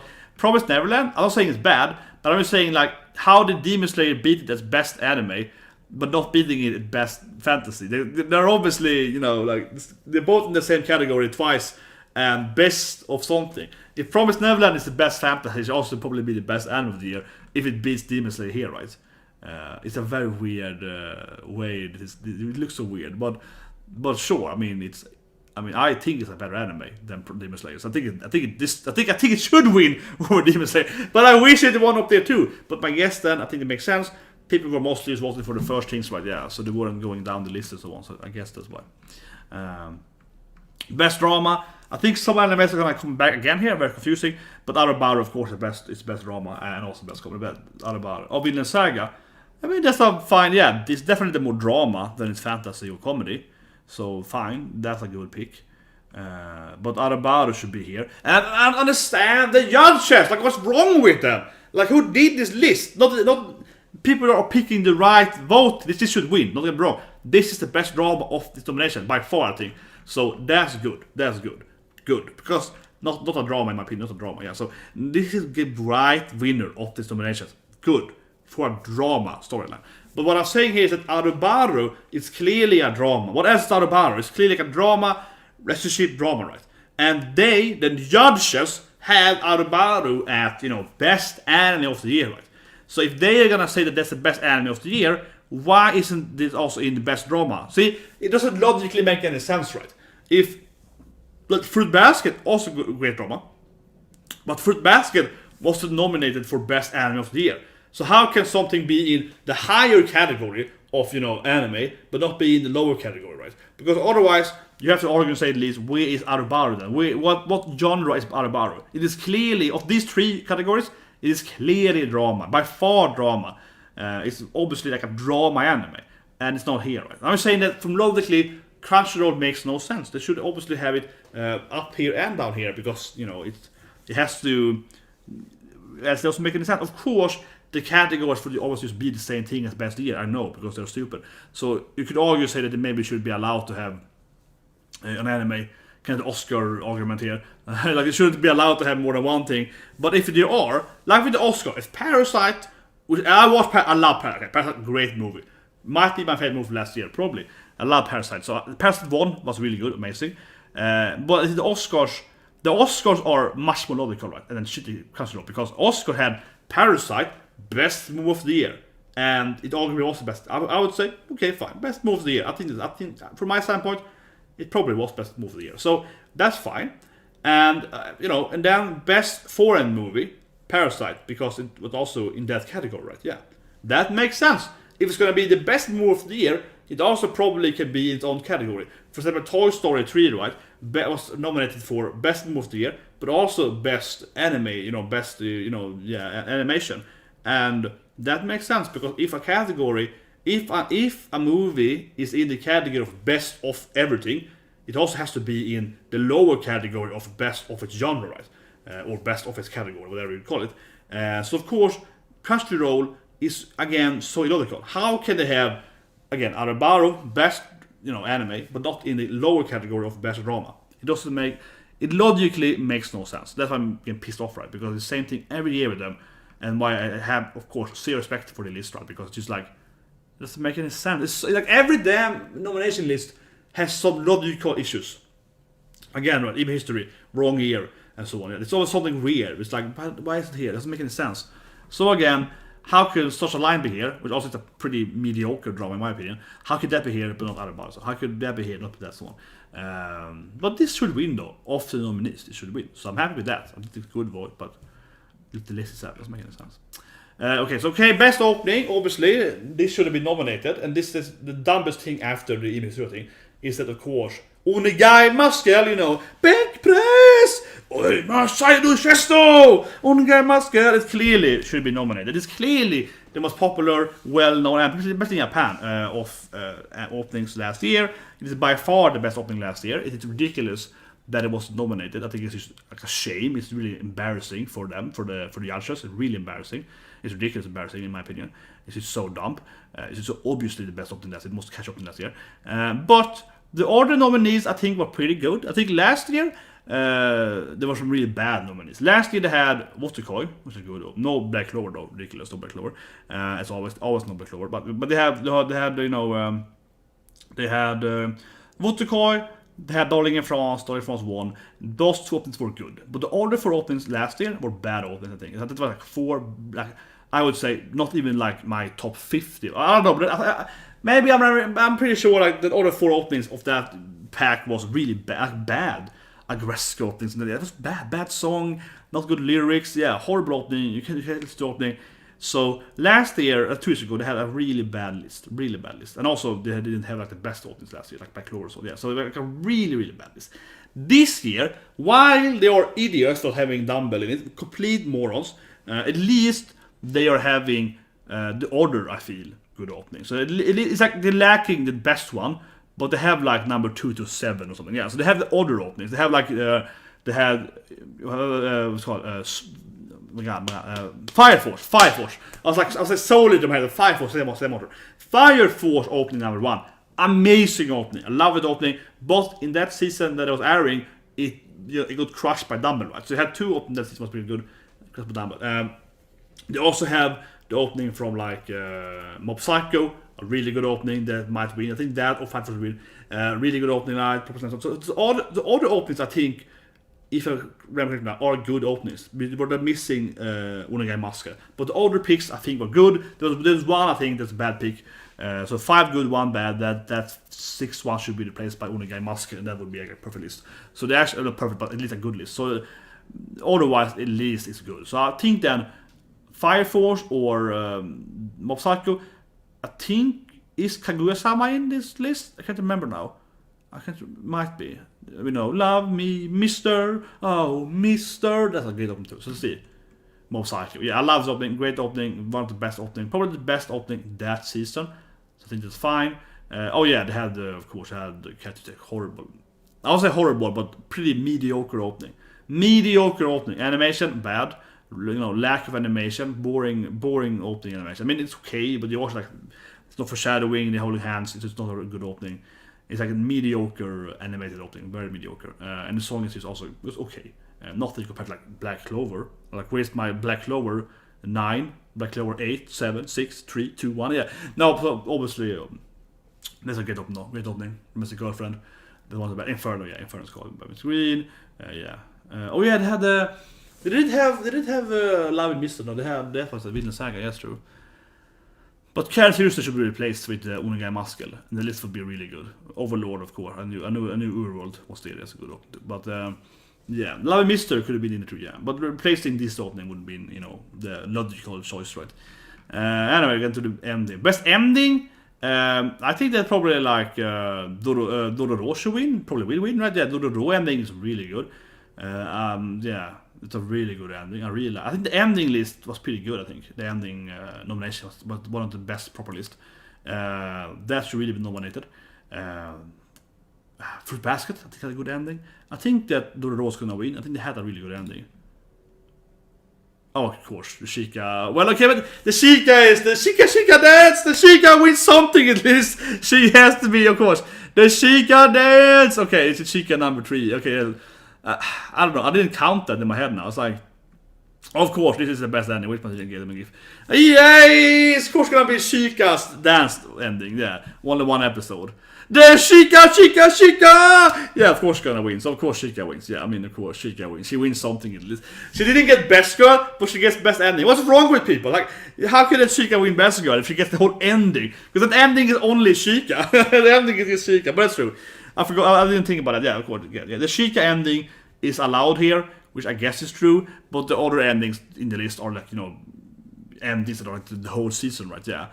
But sure, the Chica ending is the best ending. It really is. It's objectively, by God's, by every definition, the Chica ending is the best ending, right? It truly is. And but they don't nominate for good too, I think here, except of course Carol Tuesday. Yeah, this is what I mentioned. This is one I would pick from like a normal song, right? That's the problem, though, I think with Chica. I mean, again, I love the Chica ending, but the Chica ending is like, my God, this is so amazing. That is so good. It becomes a viral hit. It's so amazing. They're obviously gonna do something new in next season because you know that, right? So it's gonna be awesome. Probably like Kaguya Dance next season. Maybe Chica with sister and so on. Yeah, so it's gonna be awesome. But again, like this is from like a song perspective, like just the song, not the animation and so on. I think that this one is the best one. Fire Force was okay. So something else good. Yeah, the ending is. Opening is good too, but the ending is. And yeah, Villain Saga also a good ending. What I'm missing here is probably Fruit Basket, I feel. I would obviously replace... I hate it, but the thing is that Carol Tuesday, it's just... We all know that it's just overly nominated because they love it so much, like, for no reason whatsoever. For no actual reason. And it's just ridiculous that it's everywhere, where this ending is just like... It's an okay ending. Again, I don't hate this anime. Sounds like I do, but I think it's a mediocre anime, right? And its ending is also mediocre. It's not a good ending. It's like, oh, it's an okay ending. Animation-wise, though, it's a horrible ending. Animation-wise... The ending is horrible, it might be harsh, but animation-wise, and you have to look at the animation when you look at the best ending. We're not discussing best song here, best ending. You have to include how the anime looks when they are animating the ending, how it fits to the lyrics, so on. You have to look at everything, right? And the best ending of Carol Tuesday, both endings. The second one is bad. Second ending, you said the storyline is bad. And it's just like it's no animation. It's like a green screen. Yeah, it's just like it's nothing whatsoever. Very bad ending from an anime standpoint. Really, it's like animation standpoint. Really is.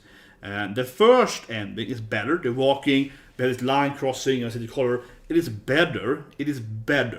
But for example, that line thing reminds me of the Ballroom Yokusei ending. Ballroom did a lot better. For example. So I mean, it's not innovative. It's not new, and it's done pretty It's done pretty like lame. It's pretty like budget low. I don't know, everything. It's just quality. Yeah, it's not good. It's just like mediocre. It's very mediocre ending from an anime standpoint. It's very new. I like the song. Remember, I like the song. I actually do like the song. So I don't hate the ending in total. But from like an animation plus song perspective, it really is a weak animated ending. And then the song is just okay. I like the song, but it's like a 10 times. It's like a good song. But is it the best ending? Not at all. So it's just there because of agenda. This is such a much better song, yeah. And Fire Force much better animated, and Chica Core animation by far best animated last year, and also one of the best songs. Peggy's also a very good ending, very good, also cool animated, and this also very good animated, and a good song. Yeah, Villain Saga, for example, is 10 times better at it than this ending because it has the song and the animation right. You have to qualify both animation and music for an ending and opening. We're not talking just listen to the opening. We have to look at the opening too. We have to be visually good too. This is both. This is doing. I think I would argue say that at least song-wise they're equally good as song-wise or better, right? At least it's better. Like at bare minimum, This song is equally good at the opening, ending of Katuse. Equally good at lowest minimum or better, but at least equally good. And then it's much better animated, right? So it should win. Back to this thing again. Same here. Cool animation, really cool animation. Oh my god, really cool animation, really good song. Boring opening, right? So why is it here, right? Oh, it's musical anime, popular. Got two girls in love, yeah. Okay, so last industry icon. Was this even something you could vote for? But I guess that's true.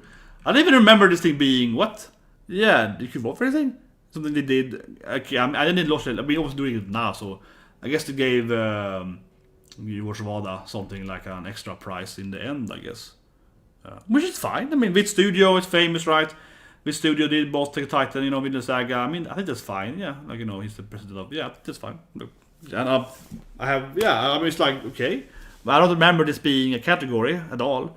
I'm guessing they just gave him like a prize, like an extra bonus prize afterwards. I guess like a special like a gift for his achievements generally, which I think is fine. Like that studio's done two really amazing animes last year, and of course, Wit Studio is famous for the quality over years. So nothing really that makes sense. I mean, it's like, what? How did he get there? I'm all confused that this is happening. But I'm guessing if you watch the actual live stream, they would have said that, oh, he had a special prize for Mr. Wada, Wada-san. So, yeah, sure, why not? Why not? I mean, it makes sense. But yeah, for me, obviously, I think that the Senku one is my biggest takeaway that I'm happy about. I'm like very quick word again. Very quick, man, it's so long now. Very quick thing again. So Demon Slayer, obvious team, whatever. This made me most happy, right? We have protagonist is Senku. Very happy about that. I think that's the absolute most fair thing. He is truly the best protagonist last year. I really love that, and I think that generally this list was pretty bad, right? Because I always had this like. Protagonist? Come on. Kinda right. Tanjiro did win. Very, very amazing. He did win. Best protagonist, as always, Isabella. Really good pick. I think Askeladd otherwise should have won. And again, not a real antagonist, but not Finnish anime. Not antagonist at all. Good, but also very simplistic antagonist, yeah. Best boy, the most obvious thing ever. Tanjiro, of course. Not a good. I don't know. Hikimura is a bad. I mean, I think I am very. I'm just like very. I'm very biased how much I didn't like the ending. I think of Hikimura of Dororo. I think I really disliked the last few episodes. But I think that's like I think in most animes, if you have in any storyline, if you have a storyline and it's pretty good, then it's starting to falter in the end of it, and then suddenly the ending doesn't make any sense. You're just like, oh, they kind of ruined the whole storyline for me. His action in the last few episodes are just really annoying to me in most sense. And also his mother's action is even worse. His mother's action, double mother, yeah. Though their action is even more stupid though. So really, that's the worst part. I don't want to spoil it here, but what his two moms does in the end, he has two moms, yeah. His two mamas, what they do in the last episode, it is so stupid that I, like, from that alone, I would move the anime from like a 9 out of 10 to an 8 out of 10. Like, just straight up. That last scene with them, their decision is so stupid, it's so illogical, that I was like, man, this really decreases my my pleasure of the whole anime in a whole. And the ending then, after that, didn't make any sense either, with Dororo or Hikimura's action either. So the last, like, 10 minutes of this anime, and I'm not going to spoil it here, but it's just, I hated it. Everything about it. It just didn't make any sense. It's just no one's action made any sense. And that's why, him for a best boy for me is almost like offensive. I was like, best boy? He's like, he ruined everything then.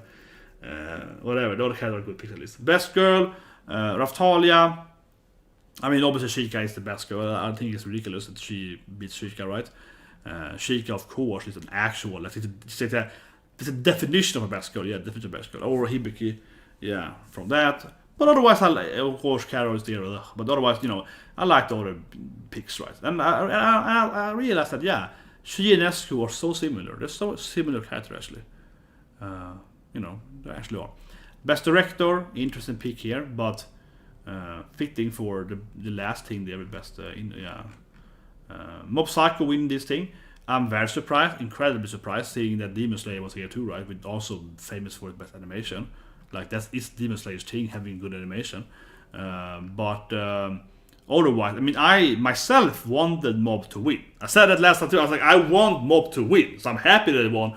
But I'm also kind of like, I'm just like, wow, how did it win? I'm bewildered. I was like, how did they actually win? Yeah, but I'm happy it won because they deserve to win. I think it objectively, and as I mentioned earlier, in animation you can actually objectively say what is good or bad, because animation is something you can actually judge based on, you know, frame and quality and detail and hue and everything. You know, you can actually objectively say that something is bad or good animated. Like this Rem here, for example, of course it's a figure, right? But let's say that Rem had green hair instead. But otherwise it was the same thing. And it said like, you know, Alice in Wonderland, Rem on it. That would be like a bad, you know, figure, because like it's not, you know, the right hair color, right? So it would be like a quality bad, right? Animation is the same thing, right? Animation is something you can actually judge and say that does it fit right? Is the color right? Is this thing right? Is this thing right? Yeah. You can objectively say stuff in animation as quality, and then Mob Psycho, in my professional opinion, is the best animated. So yeah, I think it's should win. This I don't like at all. Of course, I did the whole Vinland thing, but yeah, it's just Japanese people. It's just feudal Japan. Doesn't make any sense. Shouldn't be nominated. But they also nominated Vinland Saga, which is even less original. I mean, it's called original character design. I'm sorry, you probably agree. I mean, I'm not saying it's bad. I'm saying it's authentic. So it's not bad. It's not actually bad at all. It's authentic, but it's also not original. It's like I would call it like authentic character design by for me it's authentic design, right? But if they write original everywhere, that word doesn't make any sense for Vinland Saga or for Dororo, because they used medieval. It's like Viking is before the medieval times. Yeah, 1,000-year Vikings or 500 years ago Japan. It's just like, you know, a history book. It's not original at all, but it's good. So authentic character design is a better word for it. Sasama, I think, is probably the best one for an actual original. That word, original. Of course, the only thing that they finally won with Cat Tuesday, I'm not impressed at all. Honestly, I don't care. And it's weird they win this thing, but it doesn't win the best animation. Really weird. But yeah, of course, Demon Slayer won that thing. I think everyone expected this to win, of course. Not being surprised by that. Best couple, also not surprised. I think that the other couples, except again President, the other couples were not. Arabar President, yeah, not the President, were, you know, not a joke. Yeah, again, right. Meh. We know why they're here. Extremely bad couple. Extremely bad couple. Bad couple. Bad. Best couple. Not even a couple. And not this year. And not that. And filler. Everything. Yeah, I will say it again. It's again, I'm sorry. Broken record, but it's not even in the manga. It's not even like that. It's not even like a real romantic relationship. It's not even like that. She has not been in the storyline in the manga, I think, for like 5 years or 6 years. It's like 6 years ago they were together in the manga, maybe more, like 6-7 years ago. I think it's like chapter, what is it, 50, 48 from that? No, it's like 100 something. So it's like, and I think it's one per month. So it's like 60, 70 chapters ago. And that's like 7 years, 6 years. So it's like 6 years ago they were together in the manga, and that never happened in the manga either, right? So it's just absurdly, it's absurd. It's almost like, are they even a couple to begin with, right? Are they even a couple? And they were clearly not the best couple. Like, there are so many better couples. It's like every couple from Arabaro, who made, this anime has, you know, a lot of different couples, right? It's 5 different girls, right? They have different couples, right? Yeah. Every couple in this anime is better than that couple. Every character. Objectively. Absolutely. Yeah. Absolutely. There's so many animes, better couples. So many better animes.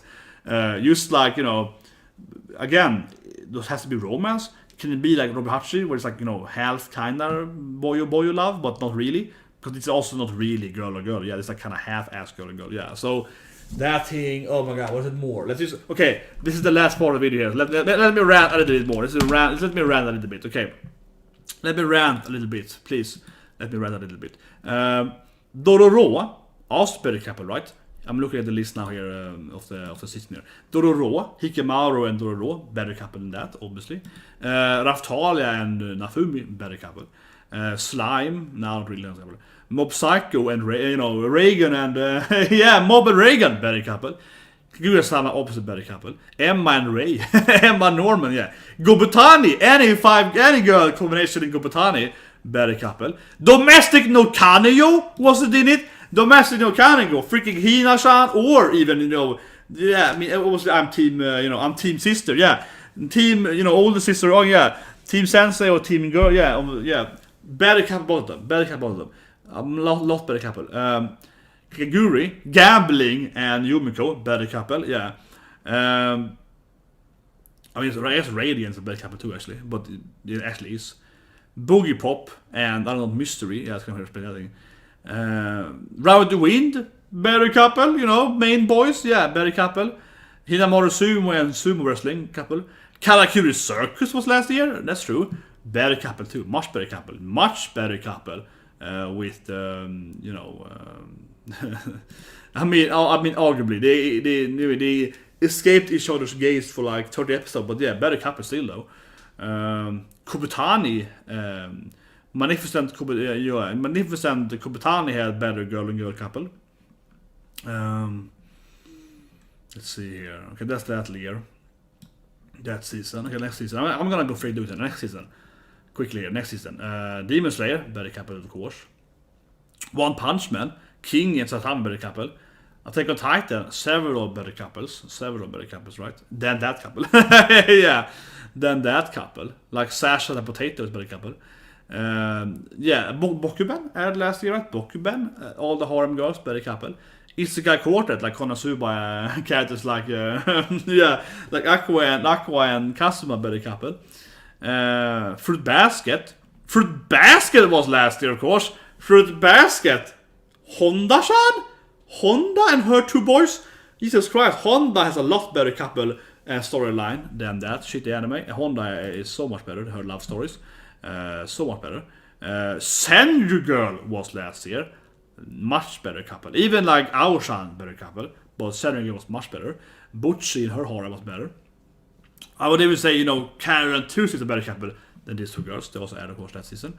Karen Tuesday. Sarah Sanmai had, more than that couple. More than Rio. And yeah, also, horrible couple, of course. Robahashi, by far better couple. And also included everything I'm saying is true for also Rio Mabu. Everything I'm saying about that, both of these animes are horrible couples. That's that season. Then we have the summer season. Senku and Kohaku better couple.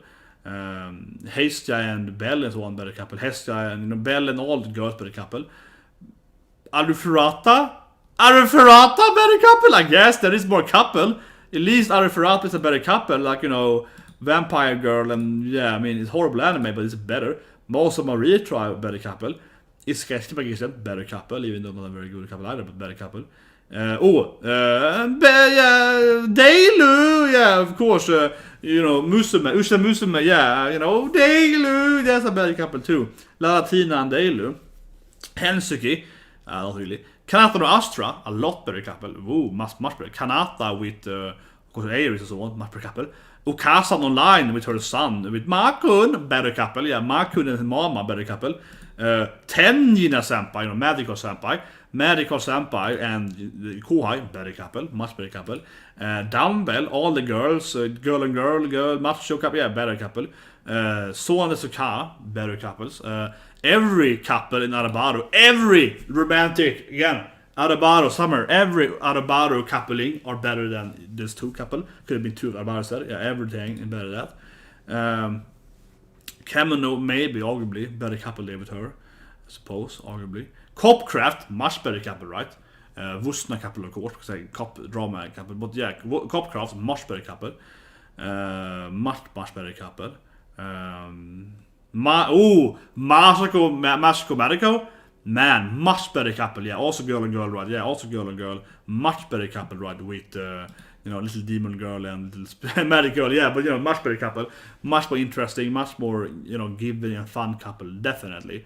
Don't think you mean you won this time, yeah. So of course, Shadow Mr. Yuko, much better couple, yeah, with her peach pink magical girl, yeah, much better couple, that is a very good anime actually.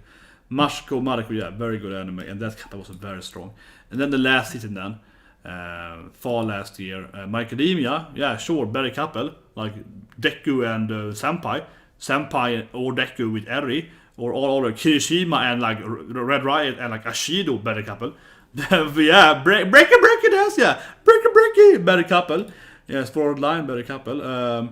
Of course, Kosuhiro, much better couple. Seiya and State, much better couple.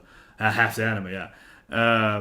Soyoro Soma, Erina and Soma, I guess better couple. Pansy and Yoro, a lot better couple. Pansy and them Yoro, freaking awesome couple. Pansy and Yoro. Assassin's Pride, also better couple from a couple standpoint, but not very good anime. Very bad anime, but better than that. Iruma-kun, okay? Mashima Iruma-kun. Iruma, and spoilers that him in the president, and Airi, what's his name? How pronounce? Airi-chan, I can't pronounce the name, whatever. Iruma-kun, him and president reading those love novels, much better couple than this thing. No Guns, No Life, I guess better couple. Kemi no Michi, better couple. Watashi Noriyuki, also better couple. Honsuki, okay. Where's my Honsuki? Where's my, cute boy and little girl in Honsuki, right? That was cute. Yeah, that's not here. Yeah, that should be there. One of the best couples. Beastars, I forgot about Beastars. Of course, there's no Beastar. I mentioned in the last video. Because they probably are going to argue that Beastar are this year. So, Beastar, that's probably why it's not here. Beastar, of course. Jesus Christ, I forgot about Beastar. Yeah, Beastar. But I think Beastar is like by default, by the ruling, even if it's not said here anywhere. I think they are ignoring it also because it's Netflix show, but so on. Of course, Beastar. Jesus Christ. Legacy, oh my god. Beastars, like one of the best anime last year. Of course, best better couple. But I think Beastar, from their rule setting, isn't allowed to be in it. That's my guess. Because they want to, not include Netflix or so on. Yeah, I think that's why. I don't know, Sora better couple. Azur Lane, better coupling. Not better coupling. I guess Val X Love, better couple. Fairy Gold, I haven't seen two, but I guess better couple I had. Oh yeah, High School Girl ad last year. Of course, High School Girl. Season 2 ad last year. Oh, and oh my god, also probably for the same ruling, also not in it as Beastars. But of course, Jesus Christ, High School Girl, such a good anime. So many good, such a good couple. Love story, David Ono. And also, I guess, with all the girl, with Hibiki, yeah. Very good couple. But also probably ignored from their own rule settings. But still, also better couple. But yeah, that's it.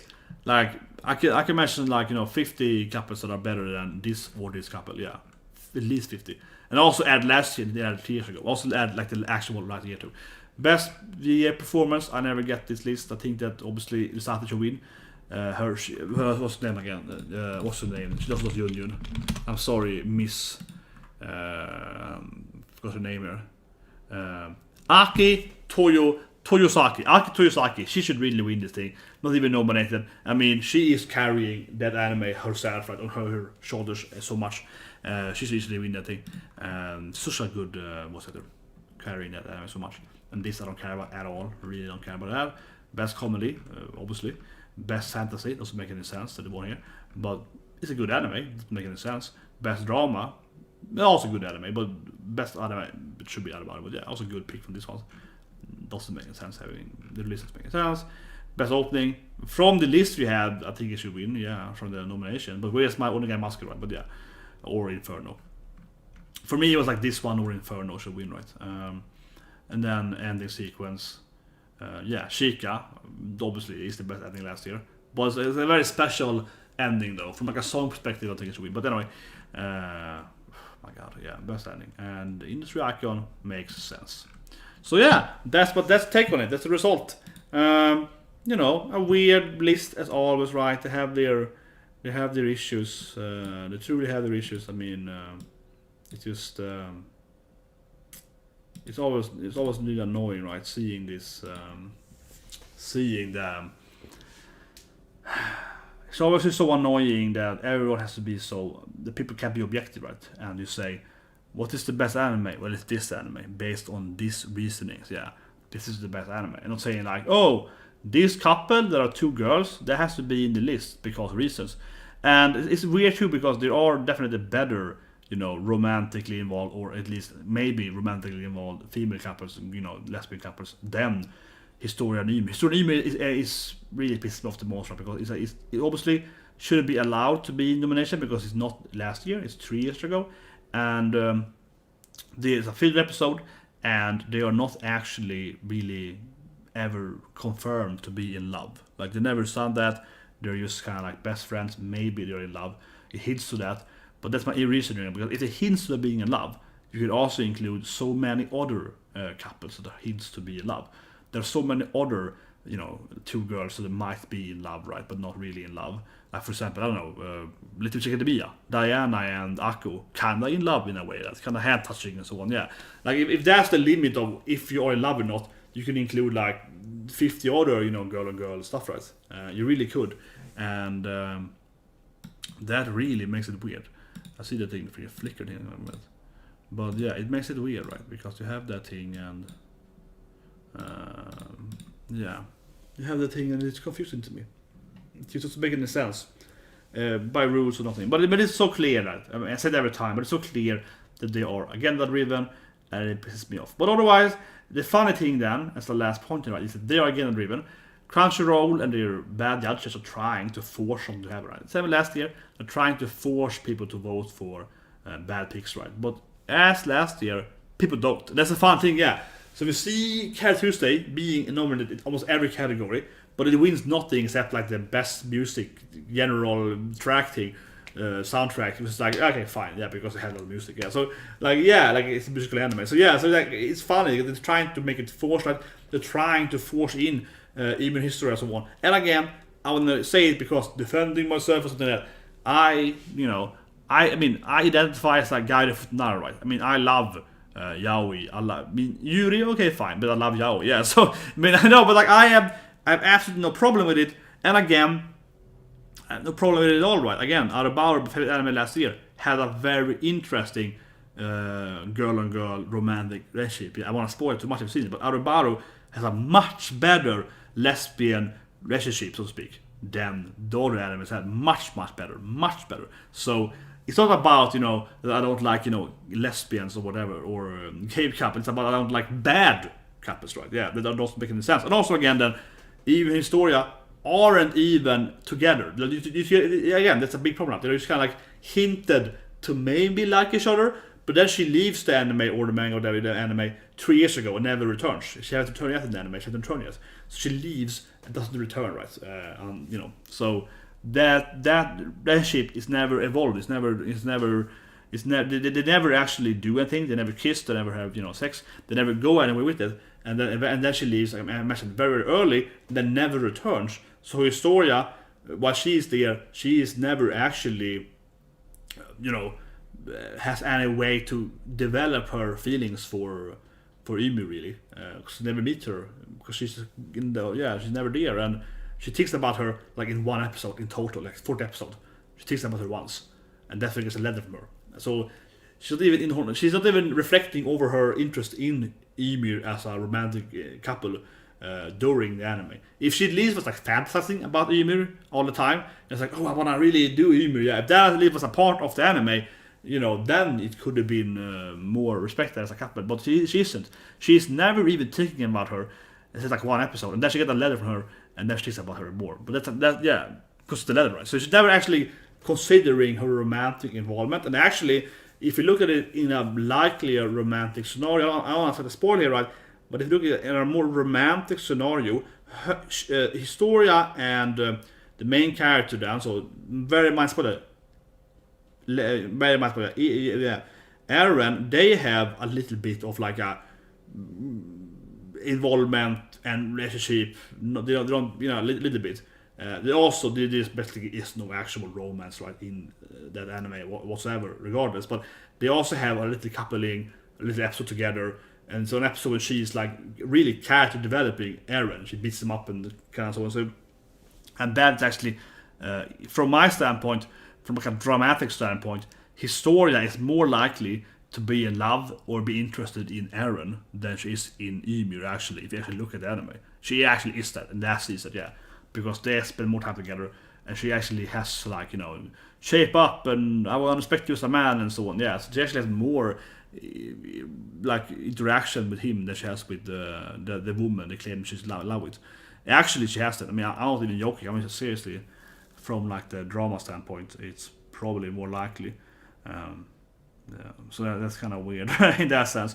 But otherwise, I'm just like, if you can include them as a romantic couple, you can also include so many other anime. As I mentioned in the list, you can include so many other characters that aren't really a couple, or like they might like each other, or maybe one of them likes the other one.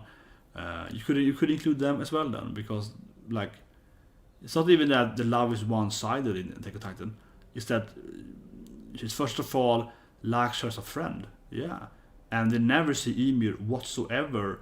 She's kind of like, I will die for you, but it's never like I love you. That's exactly. It's like, are you my best friend? So I will die for you, kind of. I mean, you can assume she's in love with her. She is probably in love with her, but it's never actually really specified. She's more like, maybe she's in love with her, but it might also just be like a, best friend, like a One Piece Nakama thing. Because otherwise you would have to argue that, if you watch One Piece, right, and when Luffy's like, Nami, when like his fights Kuma, like, Nami, don't die, and so on, is that Luffy in love with Nami? I mean, from the same argument, right, because he's like, he wants to die to protect, Nami, right, and then Nico Robin and so on in that same scene there. Or is like Zoro in love with Luffy, because Zoro is like, I will take all Luffy's pain, but the best in, yeah, I will do it because he's my bro, right? Is Zoro then in love with Luffy? Because Ymir is probably, again, she's probably in love with Historia, but her actions are less of an involvement than Zoro's to Luffy. So this is a scene in One Piece, right? I want to spoil it, but it's a very, very dramatic scene in One Piece where Zoro's like, I will die for Luffy, right? I will die for my man, for my pirate king, yeah. And that, and Historia, Ymir does a similar scene for Historia, but actually at a less value, actually a less dramatic scene. Yeah, less than Zoro, less sacrifice to all than Zoro does. And I think that's what you could argue, that she's in love with Historia because she's like, I will do it because of her, But then you could say that Zoro's in love with Luffy, but he's like, I will do it for my Luffy, right? Yeah. It's the same thing with some other characters, of course, in One Piece. They are so Nakama, right? Yeah, they're willing to die for each other, right? Is Piccolo in love with Gohan then? He probably is like a father, I guess. He's like, yeah, I guess. But is Piccolo in love? Yeah, my Dragon Ball. Yeah, it's Dragon Ball. My new gal. Let's come right here. Yeah, is Piccolo then in love with Gohan? I mean, I guess he is from like a father perspective. Like that makes sense, I suppose. But still, though, right? You can always say that. Well, Piccolo is in love with Gohan because he did that stuff, so he's romantically in love with that.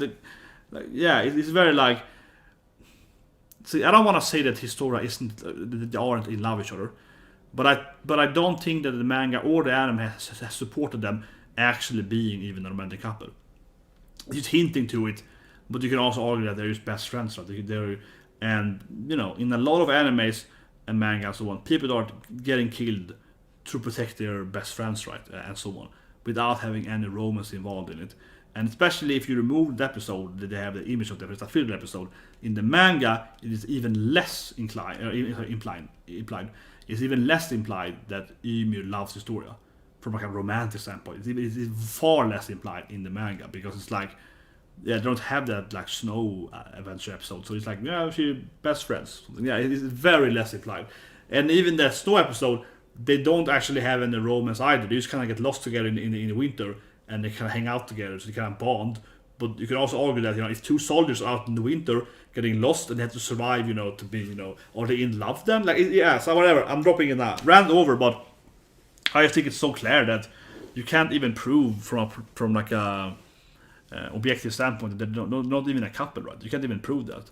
You can just argue that they're a couple, which of course someone is going to do. And I'm saying that I actually do think Historia, or Ymir, might be in love with her. Like, I think he's probably in love with her, and romantic feeling. She's probably in love with her, but it's never confirmed. It is never confirmed whatsoever. And especially it didn't happen last year, it happened 3 years ago. And after that, they never developed a relationship. They never done the anime. They never meet again in the anime. They never.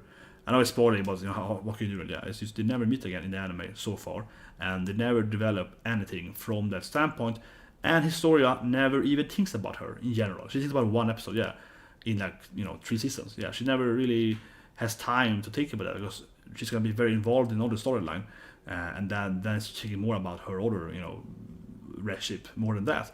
And I guess I mentioned she and Eren instead has several scenes together, which are quite like, is she in love with him and so on. And yeah, a lot of people has been theorizing that that Eren and Historia are a couple, right?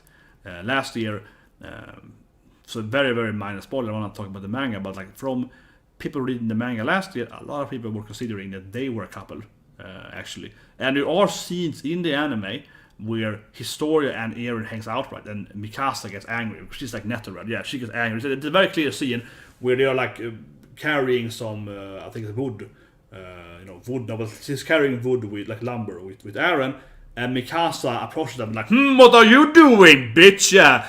She's really angry at Historia because she thinks Historia is trying to take her man, right? So there is even that scene, literally, in the anime where Mikasa believes that, Historia is trying to, get Eren, right? Romantically. And she's trying to prevent that because Eren, she's loved Eren, right? Yeah, so she wants Eren to be her man, right? So there's even that scene in the anime. So again, is Historia even involved with Ymir? No, never, objectively, never. She never actually do anything with her from like a romantic standpoint. And the anime even implies that she's in love with Eren, and the manga also does that to some degree, yeah, lesser of the degree, because I think that scene is also a filler part of the manga. I think that scene is also less focused in the anime and the manga, but still, though, you know what I mean? It doesn't make any sense. But that's a good point, though. I remember that now. That is a good point. The anime even illustrates like that Historia is interested in Eren romantically, at least from Mikasa's standpoint. That is what's happening. So even the anime itself and the characters in the anime don't believe in that Historia is in love with Ymir. They think she's in love with Eren. That's even in the anime. So that just tells you so much how absurd Crunchyroll is, because 3 years ago that was happening in the anime, not even last year, and they're the couple, and the anime itself doesn't view them as a couple. The anime views Historia and Eren as a likely couple, right? And people did the same thing when they were doing these videos about Historia last year. It was a trend for a few months there. A lot about, Historia love Historia. So clearly no one believes in that whatsoever, except of course the super agenda-driven people at Crunchyroll. And it's so obvious, right? Because there's so many nominations that are very agenda-driven, and there's more animes that are less included because obviously anti-agenda, right? And then you have like that, where it's like 3 years ago, not actually a couple. Like, it's just so the best example of their agenda. Yeah, it just is. Even in story, it just really embodies everything that's wrong with Crunchyroll. It really does. Like it's just so incredibly agenda driven. So in every part, right? So anyway, that's the Crunchyroll second rose, I guess. But I really think so, right? Because if you look at it, it's just so obvious. Even if it didn't have even story at all there, it would still be like Rio and Mabo. Rio and Mabo was a bad couple. It was a bad couple. It was badly written. It was a bad shit. It was abusive. It wasn't a good couple at all. And one of them is a robot. He doesn't even love the other guy. So there's a bad couple. They're like literally a really bad couple. And why are they there? Oh, because it's two men, right? Yeah. It's just like, and again, my favorite hentai genre is, yaoi. Like, come on, of course it is. Futnara males, yeah, but basically also yaoi, yeah. Come on, of course it is. Who else would it be, right? Yeah. Who else not love yaoi, right? But I want good yaoi. And I can find you 1,000 hentai yaois which are much better written romantic stories between, two men, right? Yeah, there's so many better ones. It's like, there's so many better ones. Yeah, at least today they probably dropped 10 more better ones. Ryu and Mavo is like, oh, this guy loves a robot, and the robot doesn't love him back. And then they dance with the same dance every episode, and then he hates him or something. And it's like, it's not even developed at all. It's like, it's kind of like a 1 minute per episode. It's horrible. Like, it's bad. It's really bad. So, well, I think people know now where they stand, right? It's just so ridiculous. Of course. And that's the main reason why you can never take them seriously. Because you know that every nominee has some kind of agenda behind them. It's nothing to do with the anime. It's like for example, either take animes that are too popular, right? Because they're also afraid of not having the popular animes, right? For example, you could argue that Demon Slayer isn't the best anime this year. And I think that's a good argument to have, right? I'm saying it's one of the best animes, but I can also see why it isn't top 6, right? So you could argue that Demon Slayer is it the best one? But I think it's fair to say that Demon Slayer probably isn't in the top 6 animes, right? Because remember, they have the top 6, right? Demon Slayer maybe it's 5, maybe it's 1, maybe it's 11, but is it truly top 6? I think a lot of people will say it isn't, from like a lot of different reasons why. And if Crunchyroll had a little more guts, right, they probably would even, they should even nominate it probably in that argument. But my point is that they will always nominate the most popular thing. There's no way they're not gonna take Demon Slayer as a nominee because they know how it's so popular.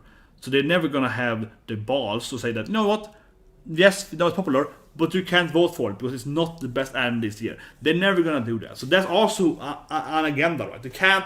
They have to pick the most popular animes because they don't have the guts to not do that. And at the same time, they have the weird guts to promote stuff that no one likes and no one actually agrees with them.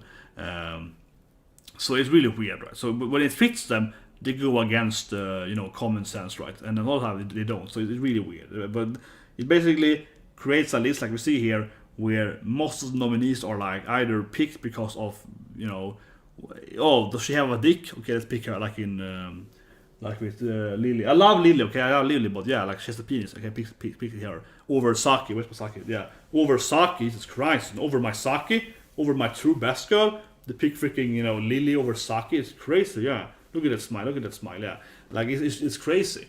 So that they are super agenda driven.